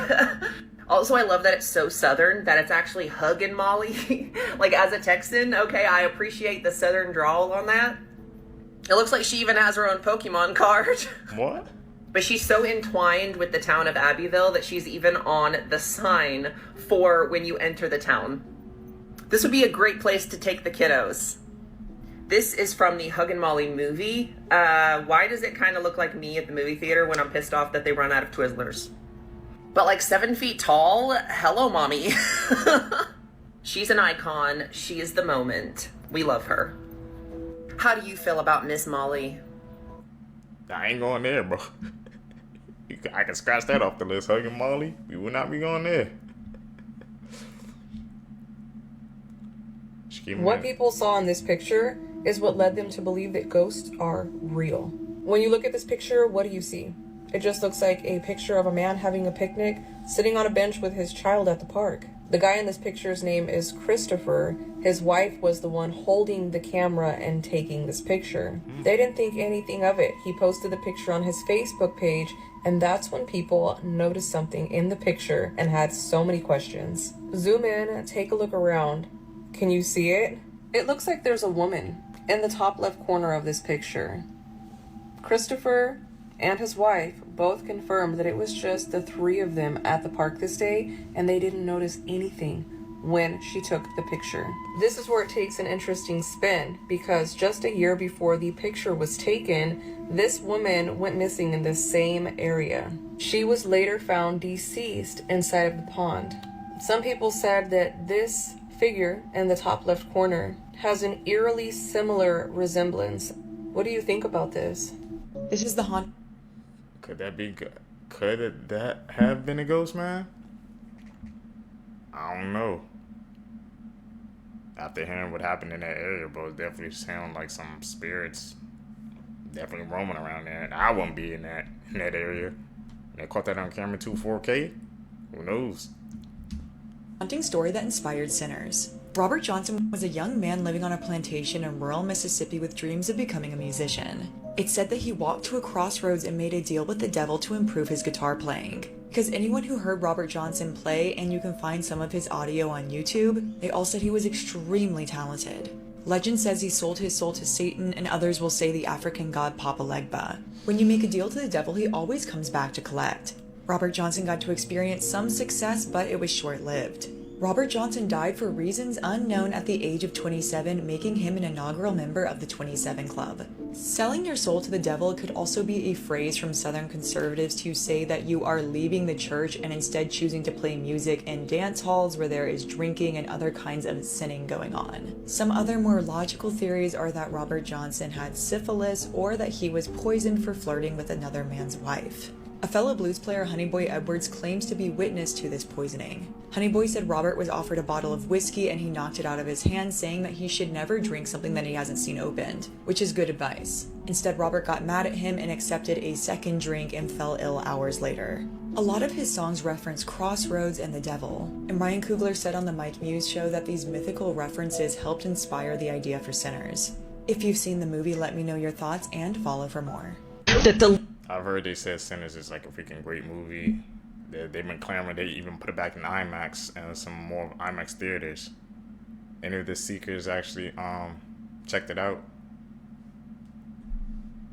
Sounds like a crazy story, man. But Ryan Coogler got, I guess, inspired by to put it in the movie.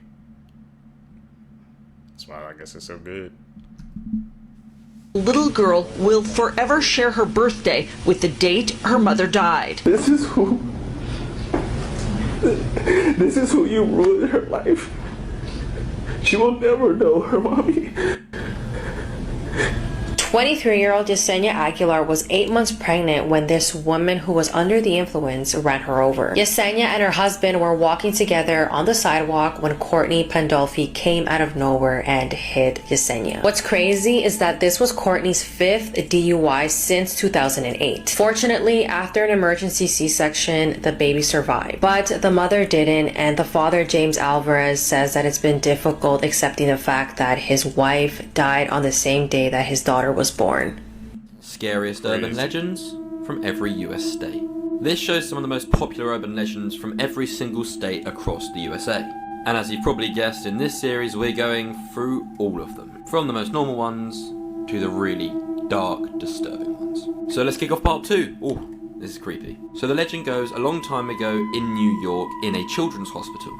Children would be in this hospital, and at night obviously they'd basically just be left alone. The legend was about someone called Cropsy. Cropsy has a hook for a hand and lurks around at night in the children's hospital. He stalked and unalived these people who he found walking in the corridors at night. Apparently everybody who goes to camp in upstate New York knows about this legend, so let me know if that's true. This is where things get even more disturbing. A documentary was posted which basically confirmed this was real. Convicted killer and kidnapper Andrew Rand. That's him there in the middle, and it was real. A follow button, it's going to get crazy, and let me know which state you're from. It's a crazy story, man, that happened in New York. What the hell? Kids' hospitals? I don't know why they mad. Let's talk about some real creepy American urban legends. And today we'll be talking about the Dead Children's Playground. Now, the Dead Children's Playground is one of Huntsville, Alabama's most haunted locations. And it is located within Maple Hill Cemetery. And it might look like a typical ordinary playground, but the kids that play on this playground is not alive. Now, accounts differ on why locals call this playground the Dead Children's Playground, because it was originally called the Maple Hill Park. But some say the children that passed away in the 1918 Spanish flu pandemic was buried in the Maple Hill Cemetery that's like right next door to this park, come back at night to play on this playground. And others think that the reason of the paranormal activity at this playground was from a series of child abductions that happened in Huntsville in around like the 1960s. And there was like several children bodies that was recovered near this playground. But there has been lots of people over the years that have encountered seeing a lot of paranormal activity going on. Like they could literally see the swings moving without any type of wind or drift to be able to push these swings. Lots of people have actually spotted children and that like would disappear off, or different type of orbs. There's even some kind of pictures online that people have claimed to have taken of these children or the different orbs around this playground. But I mean, it's not really weird that this playground would be haunted because it's literally connected to a very popular cemetery. And like I said before, with this pandemic, this was like a worldwide pandemic, and lots of children and adults passed away during this pandemic. And it unalived at least the estimate of 50 million people worldwide during the time. And the hospitals were like filled, and the doctors was working long shifts to, help the patients out. And a lot of patients basically had to be treated at home in quarantine. And it got to the point where bodies was literally having to be stacked on wagons and hauled to morgues by horses. And according to the Alabama Department of Public Health, it hit Alabama really hard. But although there's not an actual account of the number of children that passed away during this pandemic, but people believe that it was at least hundreds that was buried in the Maple Hill Cemetery. And the original playground equipment was removed in 2007 to make room for the expanding cemetery. But a lot of the locals and citizens was outraged and demanded that the original, equipment be returned. And the city responded with the new playground that stands there today. So let me know if y'all ever heard of this urban legend, or if y'all live in the Huntsville, Alabama area and y'all have seen some stuff, because I believe it. The playground is right beside the cemetery, so that's not really weird that a lot of paranormal activity happens here. But let me know what y'all think in the comments. Alabama is a haunting place, bro.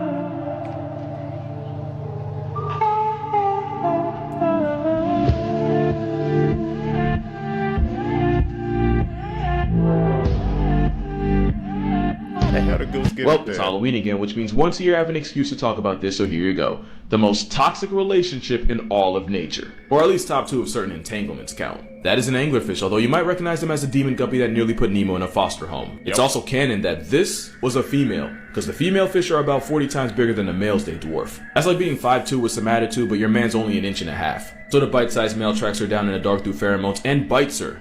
You already know how this goes. While still attached to her, the male starts to degenerate and his body begins to fuse with hers on some like Deviant Steven Universe timing. I'm talking about like even his blood vessels fuse into hers. This parasitic +1 even starts to lose his internal organs because again, he's not like he's gonna need them. And that's it. That's the rest of his life. Just a war on the female whose only purpose is fertilizing eggs. Basically becomes a living STD, and like Stid, sometimes you don't just get one. Some females can end up with several lumps on their bodies that used to be males. It's a nasty codependent relationship because the male's a parasite that will pretty much die if he doesn't find a female to leech off of. And the female just uses him as a nut factory with no almonds. Whole time she can have a whole herd of herpes or I guess himpies stuck to her. Now you see why she wanted Nemo in the system. I don't even blame her. That's a horrendous script to have written for you. These are scary urban legends in each state, part 4. Up first is La Mala Ora. La Mala Ora is located in New Mexico and is a very scary and dangerous demonic spirit. She walks around lonely roads after midnight and terrorizes those who travel alone. People who have seen her say she appears as a large black lump, constantly moving and changing shape. But the scariest part about La Mala Ora is that anyone who lays eyes on her will be driven completely insane. She tries to hypnotize and paralyze anyone who encounters her. Some people even believe the devil himself is scared of Lamala Aura. People who live in New Mexico also say that she really never appears in human form, but if she does, it means somebody you know or yourself is going to die soon. So if you live in New Mexico, I feel bad for you. Lamala Aura. When I go to New Mexico, we gotta be Creepy aware. True Stories Part 2. Dylan Koshman moved in with his two cousins, Colin and Nick. Dylan had met a new girlfriend named Erin. They fell for each other and she was always at the house, so the cousins really got mad and started to demand more rent from Dylan. One night, Dylan and the cousins got really drunk and a big fight broke out. They told Dylan to move out that night and they said he left and never came back. A few days later, Dylan's mom asked them to file a missing person report, but they never did. Instead, the girlfriend did. No traces of Dylan have been found since, and nobody knows what happened. The aunt says she found bloody tissues in their house, and the cousins say that Dylan left at 2 a.m., but the neighbors complained at 4 a.m. to the cops about loud noises. Lesson of the day, your girl will ride for you. What do you guys think happened? Did the cousins do something? I don't know. Scariest conspiracy theories in the world that will seriously change your life. So as we know, this photo right here shows all of the different conspiracy theories in the world, going from the least scary to, well, the scariest of the scary. So today let's kick off part 6 where stuff gets even wilder. So if you're easily scared or easily confused, keep on scrolling, do not watch this series. If you're here for the long run though, let's go. So today we've got dream theory, often referred to as alternate perception. Now this is just messed up and really confusing, so stick with me. Right, so you know when you have a lucid dream where it's really believable and you feel everything? You can literally control what happens in your dreams. It may be like real life. You know, you may be doing things you do in your everyday life, whatever. And sometimes you wake up and think, was that a dream? That's really weird. The theory is that we're actually switched. Now, stay with me. Basically, the theory is that what we're in right now, what I'm talking to you, you're watching TikTok, whatever, this is actually the dream world. So we're all dreaming. When we go to sleep and dream, that's actually the real world. See what I mean? Done a little switcheroo there. See what I mean? It's messed up and confusing. But if you think about it, we can control some of our dreams. So it is possible that that's another consciousness and another life. Hit that follow button so you never miss a part. That dream theory, bro, got to me, man. How many of you been in a dream yet? We've been able to control it. I think that only happened to me a couple of times. But that's freaking mind-blowing to say that. I guess the moment we're in right now is the dream world, but when we actually go to sleep and dream, that's a real life, a different set of consciousness. It's mind-boggling, man. But it's interesting, though. We gotta dive deep into that one.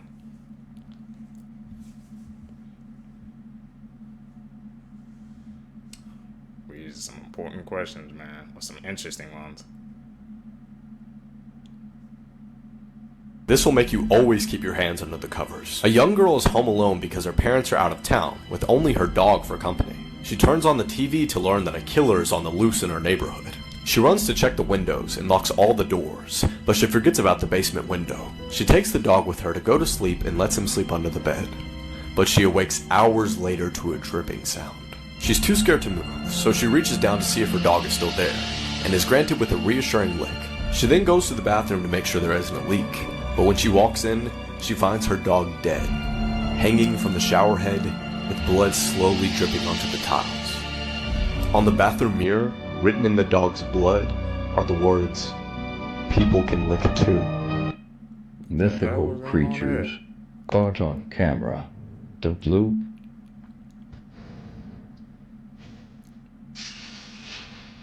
About to see the Bloop? I thought that was a megalodon.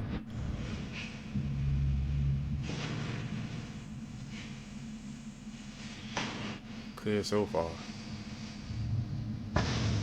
We see something swimming in the distance. Did y'all know that Miss Mary Mack, the nursery rhyme, is not so cute and sweet? Now let's talk about the scary meaning behind Miss Mary Mack. Now, like I mentioned before, a lot of these nursery rhymes, kid-friendly books and songs and movies was not kid-friendly and often originated from something so dark and creepy.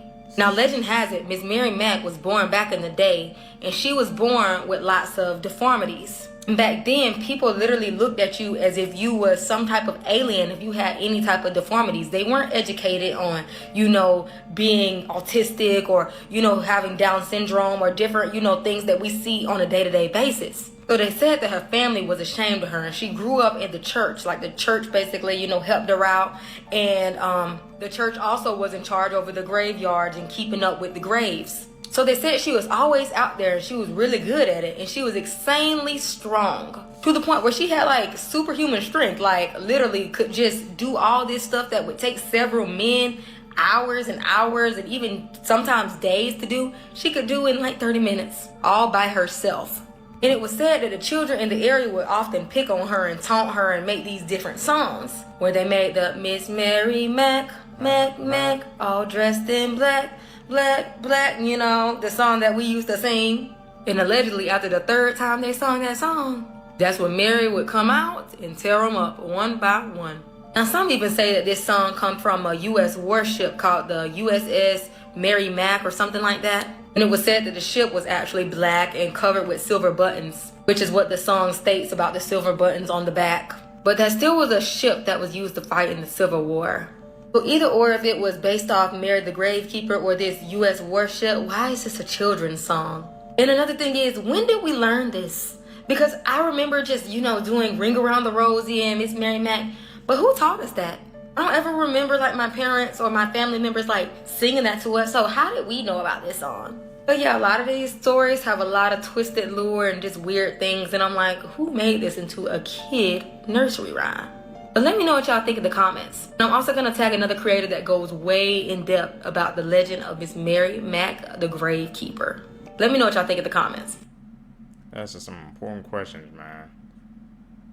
Where do we pick those songs up at, man? At school? When we hear it around us?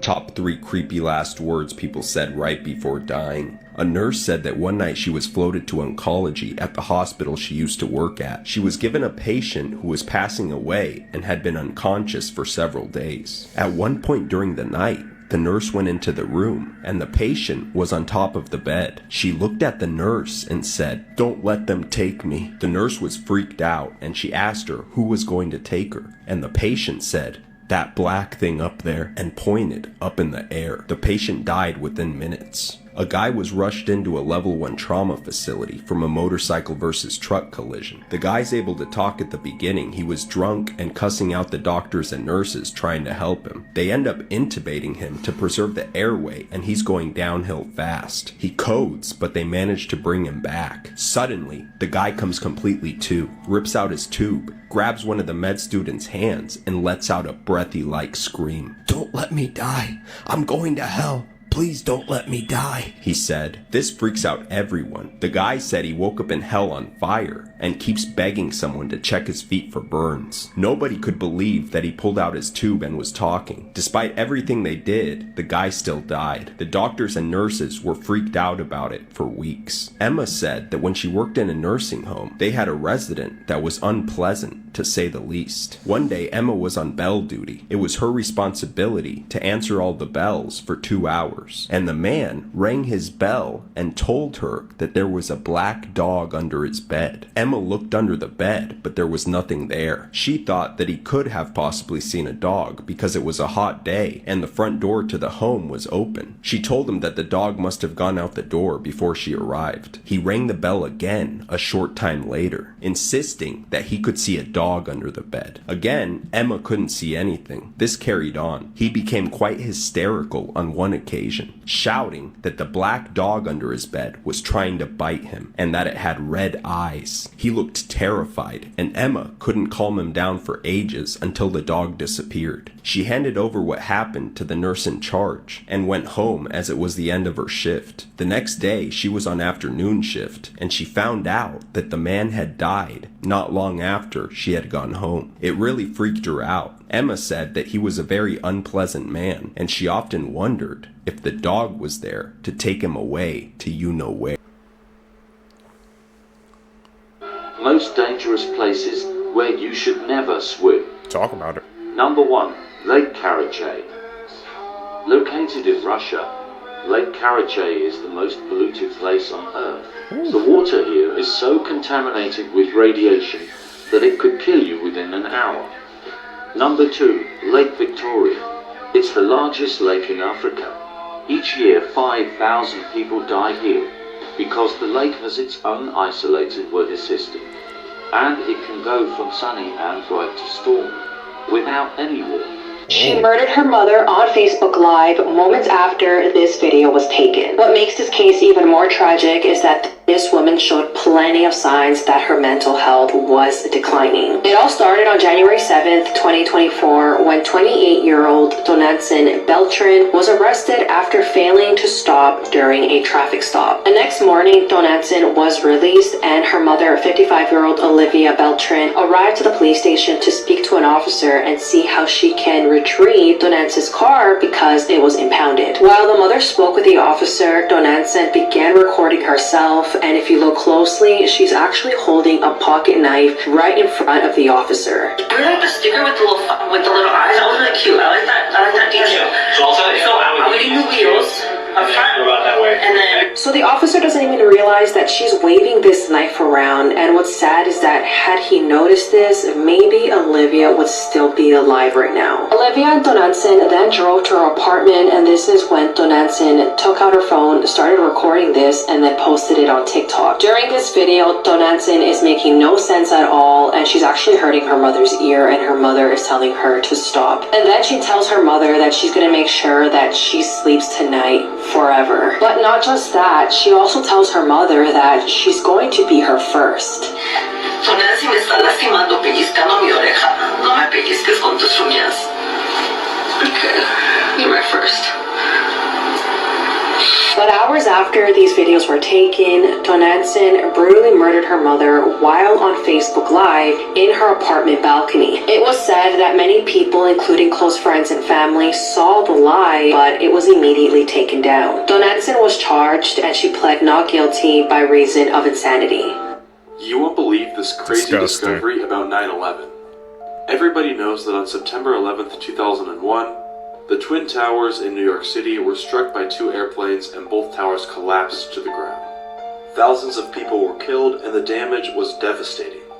However, in 2010, workers excavating the crash site discovered something very strange. They discovered the remains of a 30-foot-long wooden boat that was buried underneath the 9/11 rubble. The question soon became, how did a shipwreck end up 22 feet beneath the World Trade Center? Scientists began to research and analyze the wood that was found from the ship. And in 2014, they were able to conclude that the ship was built around the 1770s, around the same time as the Declaration of Independence.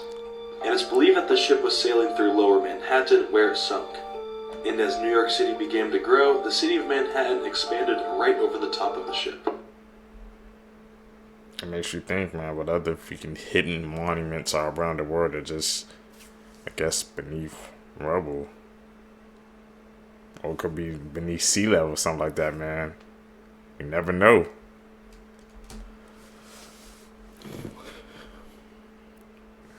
Got my mind thinking.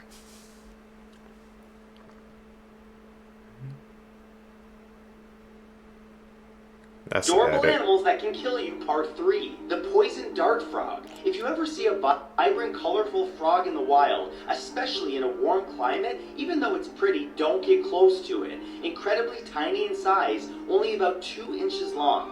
Poison dart frogs are widely considered to be the most poisonous animals on the planet. Their poison secretes from under their skin, and it contains enough to kill 10 men in a single hit, and there's no anti-venom for it. The dolphin. In 1994 in Sao Paulo, Brazil, a localized dolphin who was oddly well known for being particularly friendly to women attacked 2 male swimmers. Witnesses claimed the mammal seemed incredibly aggressive and butted into both men several times. Alarmingly, this caused severe hemorrhaging in one of them, and he died soon after due to his injuries. They're cute creatures, but extremely intelligent and are not to be ticked off. It's one of those pictures. Beware of one of the dolphins. pictures where you don't see it at first, right? This photo comes out of Wisconsin State University. It's from 2012 and it was taken by Aaron Silva. What looks like just an abandoned hallway, if you look very close to the back left, you'll see it. The outline of a person who had been watching him from around the corner. For context, this was a very common tradition at this school. A lot of people would dare each other to go inside the abandoned infirmary that was just off campus. You go inside using just a flashlight, and whoever stays in the longest eventually wins. But Aaron was never going to make it out. After more than an hour had passed, his friends eventually became concerned, and they go in looking for him, where they found him and described him as cut from the mouth down to the center of his chest. This was a hugely disturbing case for police, but they eventually do retrieve his phone and they zero in on this picture, a picture which they believe shows who might have done this to Aaron. And if you increase the brightness, you can see the outline even better. Imagine running into a stranger in the middle of the woods. They then inject you with a paralytic agent, aka paralysis, and you now have 20 minutes to not only escape the forest and this serial unaliver, but before your body shuts down. I was scrolling through Netflix the other day and I saw a movie called Don't Move and I said, this looks pretty interesting. Now yes, it is your typical chase horror movie where you don't really know the killer too much, but you know just enough. And I'm not gonna lie, for a Netflix solo movie, I thought it was pretty good. One of the reasons that I loved it so much was we haven't seen a serial unaliver use something like paralysis in a very long time, especially in a decently budgeted horror movie. Now the craziest part is you get to see every step and every evolution of the paralysis taking over your body. First it starts with your hands, then it goes to your legs, then your whole body shuts down to the point of where you can't move. You can't even move your neck. We actually see the dose is so big that you can't even speak. Now, all in all, I'm not going to sit here and tell you that this is the greatest Netflix horror movie of all time, but I will tell you it was a pretty fun watch. The acting in the movie was pretty good, storyline and plot was pretty good, and like I said, it is your typical chase horror movie. But we do see a good portion of the unaliver as well. And like I said, for a Netflix horror movie, the way this movie ends, it's pretty crazy. All I can say is that this movie was a pretty good time, and if you have Netflix, it's worth a watch. Like and follow for more. So let's check that out. Boy S8 his 83-year-old neighbor. Viewers' discretion is strongly advised. On August 29th of 2018, 14-year-old Tyrone Harvin told his 83-year-old neighbor, Dorothy Mae Neal, that he would help her with some chores inside of her apartment. Before walking into her apartment, he made sure to grab a handful of condoms. Tyrone did help Dorothy with some chores before attacking her with a lamp. After that, Tyrone S8'd her, he fled her apartment, and he left her seriously injured on the floor and naked. Neighbors had asked police to do a welfare check on Dorothy since they hadn't seen her around for a couple of days. When officers showed up at her apartment, they noticed dried blood on her doorknob, and that's when they saw Dorothy lying naked on the floor. She was then taken to the University of Maryland Hospital Trauma Unit and unfortunately passed away that next day. When officers were at Dorothy's home, they noticed that there was several condom wrappers around her body as well as used condoms. A broken, bloodied lamp was also found by officers. Dorothy's autopsy revealed that she suffered extensive trauma to her head and genitals. There was DNA on Dorothy's body and in those condoms, and that DNA matched up to Tyrone. Despite all of the evidence, Tyrone's mom stood by his side and truly believed that he would never do something like this. On June 29th of 2022, Tyrone was convicted on first-degree murder, first-degree SA, and use of a deadly weapon. Tyrone was also sentenced to life in prison. As you should be, man. That's horrific. And the mom was by his side too. She had no idea. You don't know what a person is truly capable of, family or friends. Controversial banned cartoons that were actually made, Part 2. Popetown is a British adult animated sitcom that managed to produce a total of 10 episodes, with everything in it from sexual jokes, corruption, and greed, without ever being screened by the BBC, who commissioned it. Roman Catholics in the Catholic Church immediately protested it, causing not one episode, but the entire series to be banned worldwide, also resulting in several fines. One beer was an episode of Tiny Toons in 1991 that shows the Toons finding a beer and drinking it. The underage Toons Buster, Plucky, and Hampton then get wasted, steal a car, and start driving around. The episode then ends with them driving off a cliff, only to hit the ground and die. Yes, this was a real episode that was made, and yes, if you look for it, it's available online and clips are available on YouTube. You're welcome. These people... What the hell? I never knew something like that existed, bro. Toons getting wasted on beer, bro.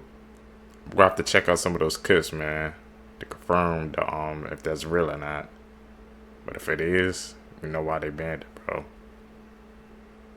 What other episodes of freaking cartoons and stuff that they banned or didn't even see the light because people, they didn't want us to see it? Like the first cartoon series we saw. Evolved to live on the ocean. The Bajau people found on the waters of Indonesia, Malaysia, and the Philippines lived their entire lives on houseboats. It's understood they've retained this lifestyle for around 1,000 years. They spend most of the day diving into the ocean, hunting fish and other sea creatures. But here's where things get really interesting. They can hold their breath underwater for up to 13 minutes, and as 60 meters. Due to the pressure of the water that far down, some actually pierce their eardrums, which is actually really bad for them. Some of them go deaf. Now, the reason they're able to hold their breaths underwater for so long is because they evolved larger spleens in comparison to other humans, providing more oxygen to their blood. Their spleens tend to be at least 50% larger than ours. Isn't that interesting? What is the Aquaman? coolest twist ending from a horror game? This is my new series where we talk about some horror game twist endings that you might have never heard of. And today's ending is from a game called Ambuscade. Now, of course, full spoilers ahead, but if you'd like to see this game for yourself, I have a full playthrough of it on my channel. The game starts with you playing as a homeless person in a dark and spooky alley. And we know this because of the sign asking for money right where you start the game. Unfortunately, times are extremely tough, and the game's singular mechanic is that you have to root through the trash to find food. As you walk through the empty town, though, you find a quarantine sign. Something's happened in this town. Is that why it's so empty in these streets? And wait a minute, there's blood too? What exactly happened here? Then you find a zombie outbreak sign, and it all makes sense. There must have been an outbreak and we're one of the last survivors. Just then you hear a little girl crying, and you think maybe we can escape together. We chase after her, we find her, it's okay, we're gonna be fine, let's escape. And it's then the truth is revealed. You're not homeless, you've just already turned into a zombie. And after your snack, you join the rest of them on the streets. Reverse that, baby. Reverse the freaking plot of the game on us, bro. Might have to check out that playthrough.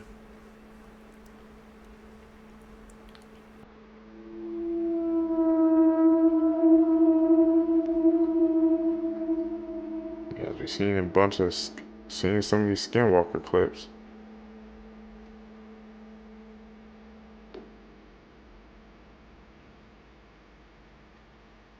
It's like follow the light.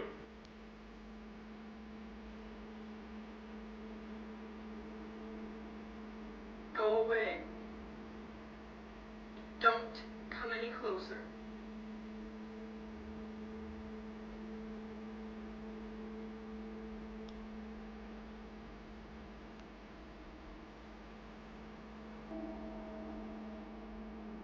Human eyes.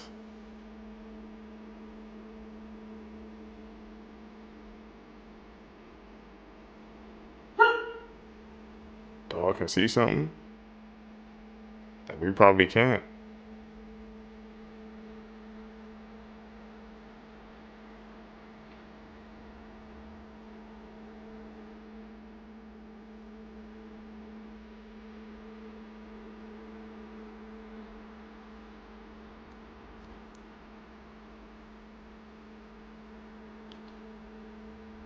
It definitely senses something, a If presence. you like Terrifier 3, here's some more Christmas-themed horror movies. In Misery, a famous writer is held captive by a crazy fan after a car crash. She locks him up and forces him to rewrite his latest novel. In Black Christmas, a group of sorority sisters receive disturbing phone calls from a killer over their winter break. Throughout the night, they are stalked and picked off one by one. Frosty the Snowman, a group of children perform a ritual that brings the snowman to life. He unleashes a terrifying winter storm that threatens the lives of the children who summoned him. In Storm of the Century, a small town faces a crazy blizzard. A mysterious man shows up and demands a sacrifice in exchange for their survival. In The Lodge, two kids get stuck in a snowy cabin with their dad's new girlfriend. As they spend time together, strange and creepy events unfold that make them question their sanity and the girlfriend's intentions. In The Grinch, a sinister creature stalks a nearby town, terrorizes the townspeople as he steals Christmas. Follow for more and let me know if you want a part 2 because I have many more movies. You will believe I'll probably check out The horrifying Grinch. plot twist at the end of this story. So during the 1970s, a young couple living in Utah went on their first date. And the two of them were having a good time on this first date, but they could both tell that this wasn't really going anywhere between the two of them. It was pretty awkward between the two of them over the course of their dinner, but they decided to be friendly and just stick it out. It was getting to be pretty late at night, but right before the young couple left the restaurant to go their separate ways, the young man asked the young woman if she wanted to go on a late night hike with him in the Utah mountains. The young woman was kind of taken aback by him asking her to do this, considering the date didn't go too well. But he explained to her that he had gone hiking in those same mountains many times before and that there was nothing to be worried about. And so the young woman decided to agree to go on this hike with her date because she thought, what the heck, maybe this will spice things up. However, when the young couple began their hike in the woods, the two of them felt very off about things.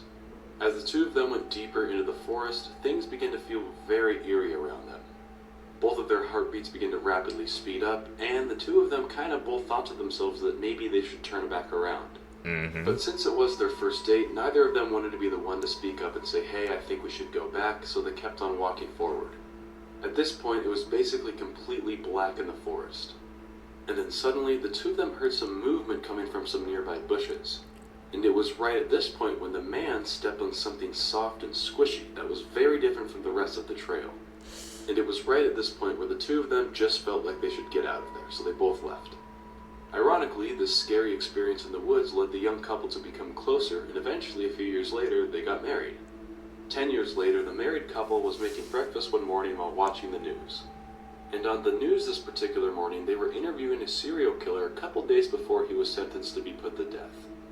And one of the questions that they asked him was if there was ever a time where he was almost caught years before he was actually caught by police. And surprisingly, the murderer said, well, yeah, there actually was this time where I was nearly caught in the woods. He went on to say that about 10 years ago, he was in the mountains of Utah trying to dispose one of his victims in the woods, when all of a sudden a young couple literally walked right into the crime scene. Damn. The killer said that the young man in the couple actually stepped on the body of his victim that he was trying to drag away into the woods. However, since it was so dark in the woods, the young couple couldn't really see their surroundings, so they just kind of turned around and left being spooked. The serial killer that the young couple unknowingly caught in the act was Ted Bundy.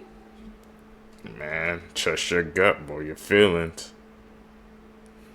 It won't lead you wrong. They felt something was up, hit the deuces, they was gone. Brought them close and they got married. You were offered $9 million, but you had to unalive your best friend. In 2019, 22-year-old Denali Bremer from Anchorage, Alaska, had met a guy online named Tyler. Tyler was supposedly a millionaire from Kansas, and he fell madly in love with Denali after meeting her online. Tyler had promised Denali $9 million if she SA'd and unalived someone. If she were to videotape the crimes and send him photos of what happened, then the money would be hers. The two quickly formed a close bond, and within months, they began their plans. The thing was, Tyler was lying about who he was. You don't say. He was actually Darren Showmiller, and he wasn't a millionaire. He was just a regular guy living in Indiana. Denali had no idea that he wasn't who he said he was. Denali and Darren had exchanged numerous messages how this plan was going to work. Denali took no time to choose her best friend, 19-year-old Cynthia Hoffman. Denali had chose 4 of her closest friends, and if they were to help out with the plan, they would get some of the money, which included 2 juveniles who have not been named, and we have Caden and Caleb. On June 2nd of 2019, Cynthia had left her home to hang out with some friends. She failed to return home, so her father tried to report her as missing, but when he went to the police, they said that he had to wait at least 24 hours. Denali had called Cynthia's dad throughout the night, telling him how she hoped that Cynthia was okay, and since they were best friends, Cynthia's dad did not find this strange at all. A few days later, Cynthia's body was found in a river. She had suffered a gunshot wound in the back of her head. The police had investigated her death and put together details pretty quickly. Denali was then brought into the station for questioning. Denali had mentioned to investigators that all the friends were playing a game where they all duct tape each other. Cynthia was first in the game, and she immediately knew it wasn't a game anymore when Denali had retrieved a gun and pointed it at her. That is when Caleb had grabbed the gun from Denali and shot Cynthia in the back of the head. Denali was excited what she had did to her best friend, so she immediately called Darren, and that's when she knew that she was tricked. Denali had led detectives to the others who had participated, and they were arrested within a few days. In February of 2023, Denali had accepted a plea deal and will spend at least 30 years in prison. In August of 2023, Darren had pled guilty, and he will be sentenced at a later date. As for Caleb, in November of 2023, he pled guilty to second-degree murder, and he is expected to be in jail for up to 75 years. Things people would do for money, man. No amount of money could turn me against my best friend. It's just not gonna happen. This world, man, it's a spooky place. Seekers, if you guys made it with me to the end of the video, you're true seekers seeking the truth. I greatly appreciate the support. Make sure you guys comment down below. Hit that thumbs up button. Also hit that post notification bell so you can notify when I upload my next video. Guys, gonna catch you in the next one, man. I'm out. Peace, YouTube.